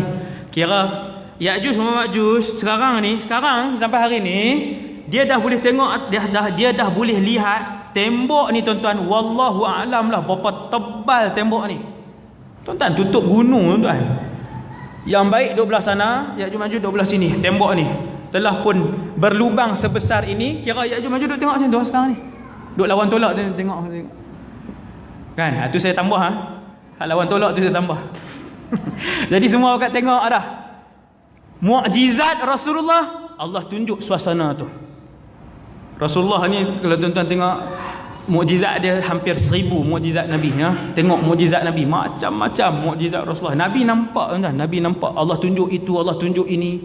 Waktu semayang Allah tunjuk syurga ke Nabi, sampai Nabi buat tangan macam tu, tunjuk syurga. Sampai Nabi berjalan setapak ke depan. Waktu Nabi semayang macam ni, Nabi boleh melihat daripada arah belakang. Hadis sahih. Nabi kata, aku boleh melihat apa yang kalian lakukan kerana aku melihat ke depan dan aku melihat ke belakang. Sengam sahabat. Tahu ni nak tengok macam tu kan. Subhanallah. Ke sini kan. Mukjizat Rasulullah. Nah, antara mukjizat Nabi, Allah tunjuk ke Nabi suasana di sekitar tembok tu. Tuan-tuan sekalian. Itu 1400 tahun yang lalu Nabi membuatkan tangan ibham ni, tangan apa? Ibham ni orang panggil ibham. Ibu jari. Bahasa Melayu kan. Ni dengan ni sababah, ni orang panggil sababah. Nabi buat macam tu. Nabi cantumkan ibham dengan 5 talihi min isbi', dengan jari yang seterusnya. Nabi buat macam ni. Sudah sebesar ini. Kita kata selamat dah ustaz, dah baru besar ni kan. Nak masuk satu orang paling kurang 1400 tahun yang lalu. Hari ni wallahu alam. Saya tak mau tunjuk macam ni pula. Kan, itu pandai-pandailah, tak ada ulama sebut. Cumanya ulama kata berfikirlah. Okey, tuan-tuan yang dirahmati Allah sekalian. Setiap hari mereka mengorek lubang itu. Nabi sebut dalam satu hadis, sehinggalah satu hari. Zaman siapa? Di Syria. Dajjal dah keluar 40 hari. Dia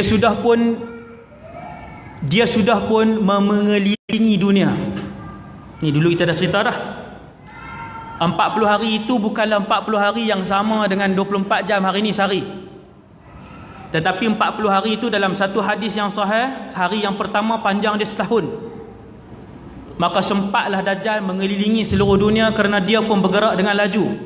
Kal ghaith istadbarat hurrih. Hadis sahih yang kedua. Setelah Dajjal buat keseluruhan kerosakan, akhirnya dia bertempur dengan tentera Imam Mahdi. Tentera Imam Mahdi tak mampu untuk berdepan dengan tentera Dajjal. Akhirnya dikepung dalam satu masjid. Ada riwayat kata subuh, ada riwayat kata asar. Dua-dua riwayat sahih. Ambil salah satu, subuh.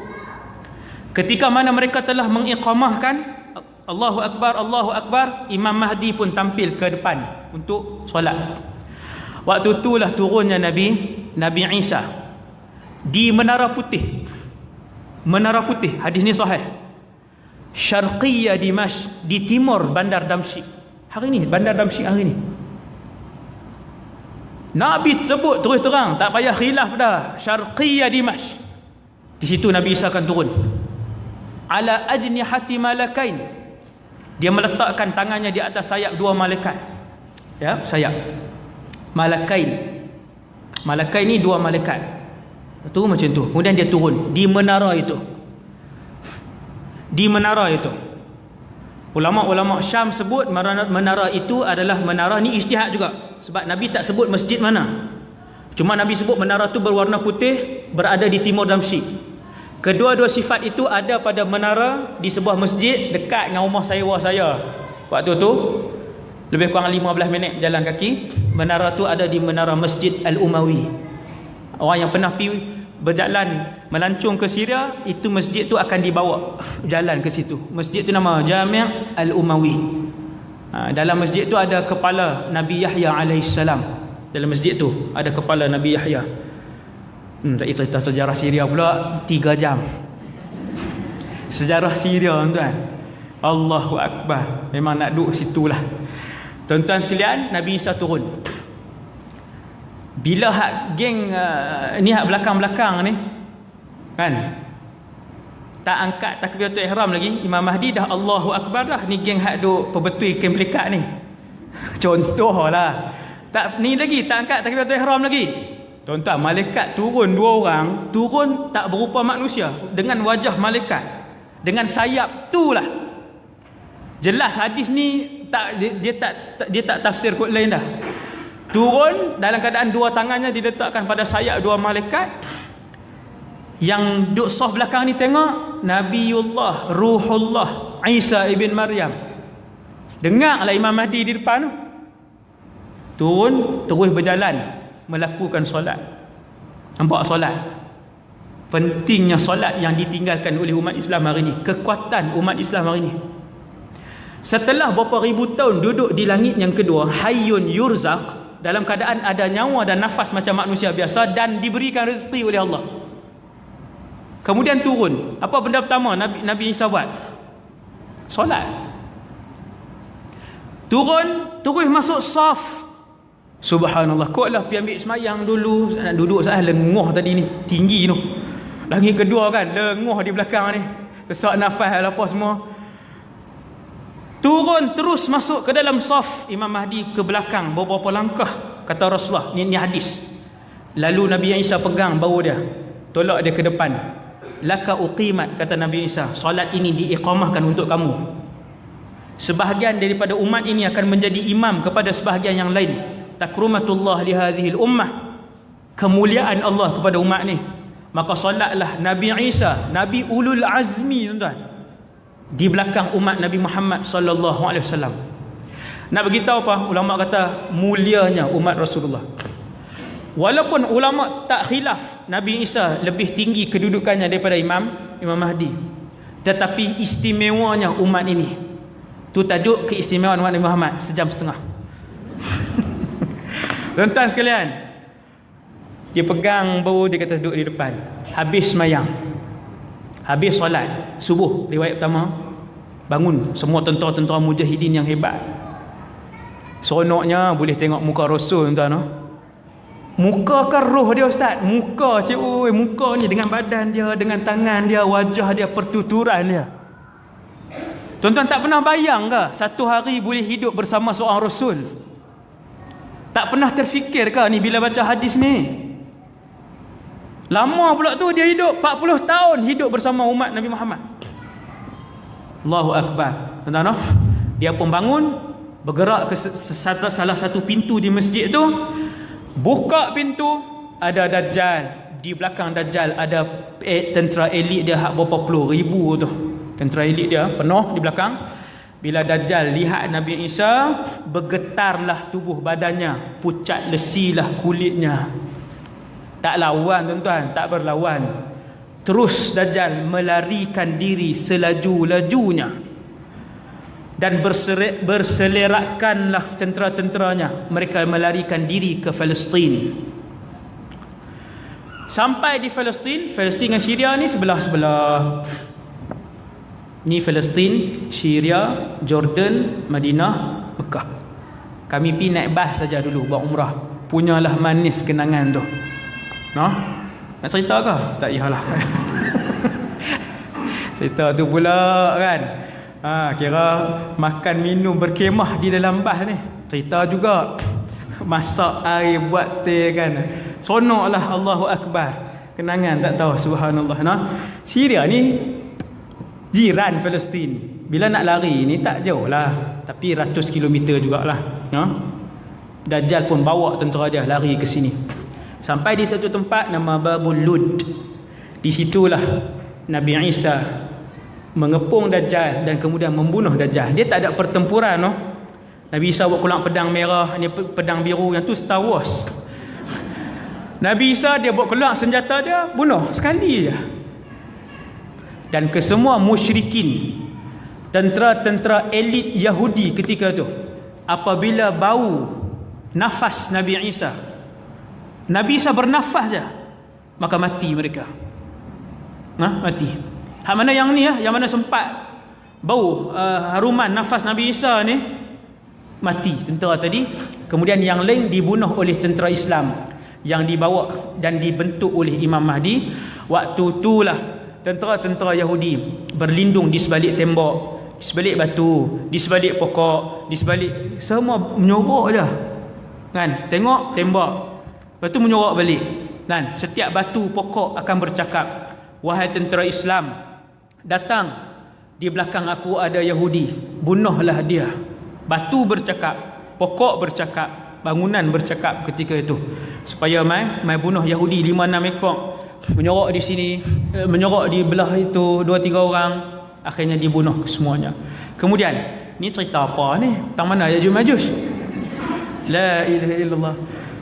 Cerita dia selepas dibunuh Dajjal dan Yahudi ni, turunlah arahan Allah, ya Isa, harriz ibadi ila tur. Wahai Isa, cepat bergerak. Cepat bergerak. Bawa ke semua hamba-hamba aku yang soleh ini. Naiklah ke Bukit Tur. Bukit Tur Sinai kan, tempat yang Nabi Musa bermunajat tu, no? Bawa ke sana. Kerana sekarang ini telah mula keluar satu bangsa, dua kabilah yang sangat ganas, la yudanu ahadun biqitalihim, kata Allah, tidak ada tentera yang boleh berdepan dengan mereka. Ish, ganasnya tuan-tuan. Ya'juj wa Ma'juj ketika itu, waktu Nabi Isa selesai membunuh Dajjal, keluarlah tanda besar kiamat yang seterusnya. Nama tanda besar itu adalah Ya'juj wa Ma'juj. Cepat wahai Isa, mereka sedang keluar. Duk tengah keluar ni, Allahu Rabbi.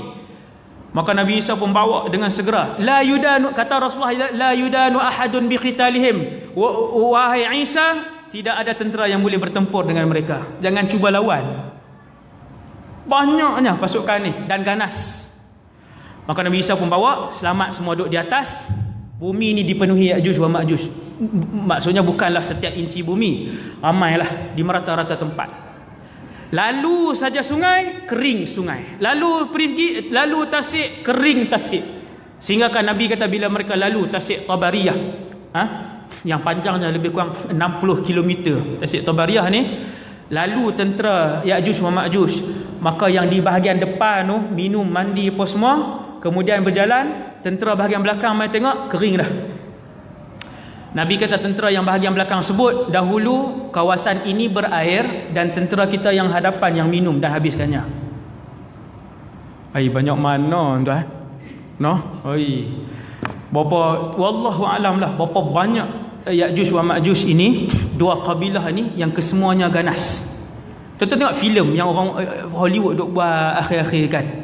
Bukanlah mereka cerita sebiji, tetapi filem-filem yang Yahudi buat, filem-filem akhir zaman ni, bila kita tengok manusia-manusia ganas kan.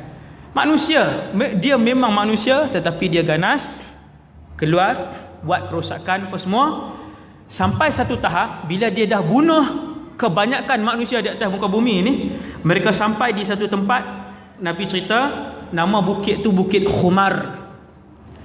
Apabila sampai di kawasan Bukit Khumar ni, kebanyakan manusia telah pun dibunuh, tak semualah, dia dah bunuh banyak. Maka mereka kata, kita telah membunuh kesemua penduduk bumi, ayo kita memerangi penduduk langit. Nak perang dengan penduduk langit pula. Lalu mereka pun memanah ke atas. Pakat panah ke atas. Cerdik ke tak cerdik? Memang tak cerdik. Tu yang ulama tafsir daripada awal beritahu ni. Dia panah ke atas, kemudian anak panah itu dikembalikan oleh Allah Subhanahu Wa Taala, maksudnya para malaikat lah, bagi balik dalam keadaan hujung panah itu ada darah. Maka bertambah kufurlah mereka dengan Allah Subhanahu Wa Taala. Allah, bila Allah murka dengan satu orang, betul-betul murka, maka Allah akan memberikan kepada dia penambahan kesihatan dan kewangan dan pangkat untuk dia lebih jauh daripada Allah SWT. Ingat, Allah SWT apabila sampai kepada satu keadaan, Allah begitu murka, bukan kepada jin dan setan, tuan-tuan, hatta kepada satu orang manusia yang terlalu banyak buat kerosakan di atas muka bumi Allah. Apabila Allah terlampau murka, Allah akan bagi kat dia lagi sihat, lagi kaya, lagi masyhur. Lagi buat perangai, lagi masyhur dia. Lagi buat perangai, lagi kaya dia ni. Wal a'yadzu billah. Nah, di akhirnya Allah, Nabi Isa pun bermunajat kepada Allah supaya Allah datangkan bantuan. Nak berlawan tak boleh. Lalu Allah SWT pun datangkan bantuan berupa ulat-ulat kecil saja. Tak ada kot malaikat turun, tak ada. Ulat kecil je. Tuhan nak bagi tahu, ganas mana pun tentera yang ada di atas muka bumi ni, kuat mana pun kerajaan yang ada di atas muka bumi ni, kamu lihat berapa banyak Ya'juj wa Ma'juj, kami hanya menghantarkan ulat sahaja untuk mematikan mereka. Ulat ni dia bawa penyakit, dia duduk di leher Ya'juj Ma'juj, fayamutuna farsa, kata Nabi, maka matilah Ya'juj Ma'juj ni dengan serentak. Farsa ni mati serentak. Ulat tu naik, makan, bunuh, bukan makan Ya'juj Ma'juj tu sampai habis. dia naik sampai ke sini, kemudian mati ke semua Ya'juj wa Ma'juj ni, dan berselerakkanlah mayat dia. Bila berselerakkan mayat dia, Nabi Isa dengan umat Islam pun turun daripada gunung tadi ni. Tengok di bawah ni tak ada tempat nak pijak, penuh dengan bangkai. Datang sekali lagi munajat kepada Allah, datang sekali lagi bantuan. Tuan-tuan tengok ada satu filem tu, dia buat bila dah habis berlawan tu, hak geng pendek-pendek dengan hak geng besar-besar yang ganas tu. Filem apa tu saya tengok, kan? Kemudian datang, dia kata bantuan akhir, burung-burung yang besar. Tuan-tuan, dalam hadis Nabi juga, bukan saya nak sebut yang tu merujuk pada hadis Nabi ni, tapi orang yang melihat filem-filem akhir zaman ni, dia tengok ada banyak persamaan yang pengarah-pengarah Yahudi ni nak bagi tahu. Jadi munajat yang kedua, Allah menghantar burung-burung yang tengkok mereka panjang seperti tengkok unta. Tengkok ni leher nah. Kau sama kan? Okey. Jadi tengkok dia panjang, maksudnya burung tu besar, datang ambil mayat-mayat ni, kemudian buang. Ambil buang, kemudian turun hujan dengan lebatnya, lalu dibersihkan. Maka turunlah Nabi Isa menyambung kehidupan manusia di atas muka bumi Allah selama sekian puluh tahun, sampailah Nabi Isa pun wafat. Dia berkahwin. Bayang tengok, umat ni salah seorang, bukan umat belah ni jantan, kan, umat ni pula kan, umat ni lah kan, subhanallah, akan berkahwin dengan Rasul. Subhanallah, bukan malaikat nah, ni umat Nabi Muhammad yang biasa ni akan berkahwin dengan Rasul, kahwin dengan Nabi Isa. Bayang tengok, seronoknya jadi isteri Nabi, beranak pinak kata Rasulullah. Kemudian Nabi Isa pun akan mula tua, manusia biasa. Kemudian dia menghembuskan nafas yang terakhir, datanglah tanda kiamat yang seterusnya. Matahari naik belah barat, keluar binatang dabah sebagainya, kemudian berlaku kiamat. Walhamdulillahirabbil alamin. Habis pukul 1. Sekadar tu dulu insya-Allah kongsian kita pada tengah hari ini, yang baik daripada Allah SWT, yang lemah daripada diri saya sendiri. Aqulu qali hadza astaghfirullahal azim li wa lakum. Subhanakallahumma wa bihamdik, asyhadu an la ilaha illa anta, astaghfiruka wa atubu ilaik. Bismillahirrahmanirrahim. Wal 'asr innal insana lafi khusr illa alladhina amanu wa 'amilus solihati wa tawassaw bil haqq. Bismillahirrahmanirrahim. Alhamdulillahirabbil alamin, wassalatu wassalamu ala rasulil amin wa ala alihi wa sahbihi ajma'in. Allahumma 'allimna ma yanfa'una, ya Allah ajarkanlah ilmu yang bermanfaat kepada kami. Wanfa'na bima 'allamtana, ya Allah manfaatkanlah ilmu yang Kau curahkan kepada kami. Wazidna 'ilman wa 'amalan wa ikhlasan fi hayatina, tambahkanlah kepada kami ya Allah ilmu, amal, ibadah dan keikhlasan dalam kehidupan kami. Sallallahu ala sayyidina Muhammad wa ala alihi wasallam. Walhamdulillahirabbil alamin. Assalamualaikum warahmatullahi wabarakatuh.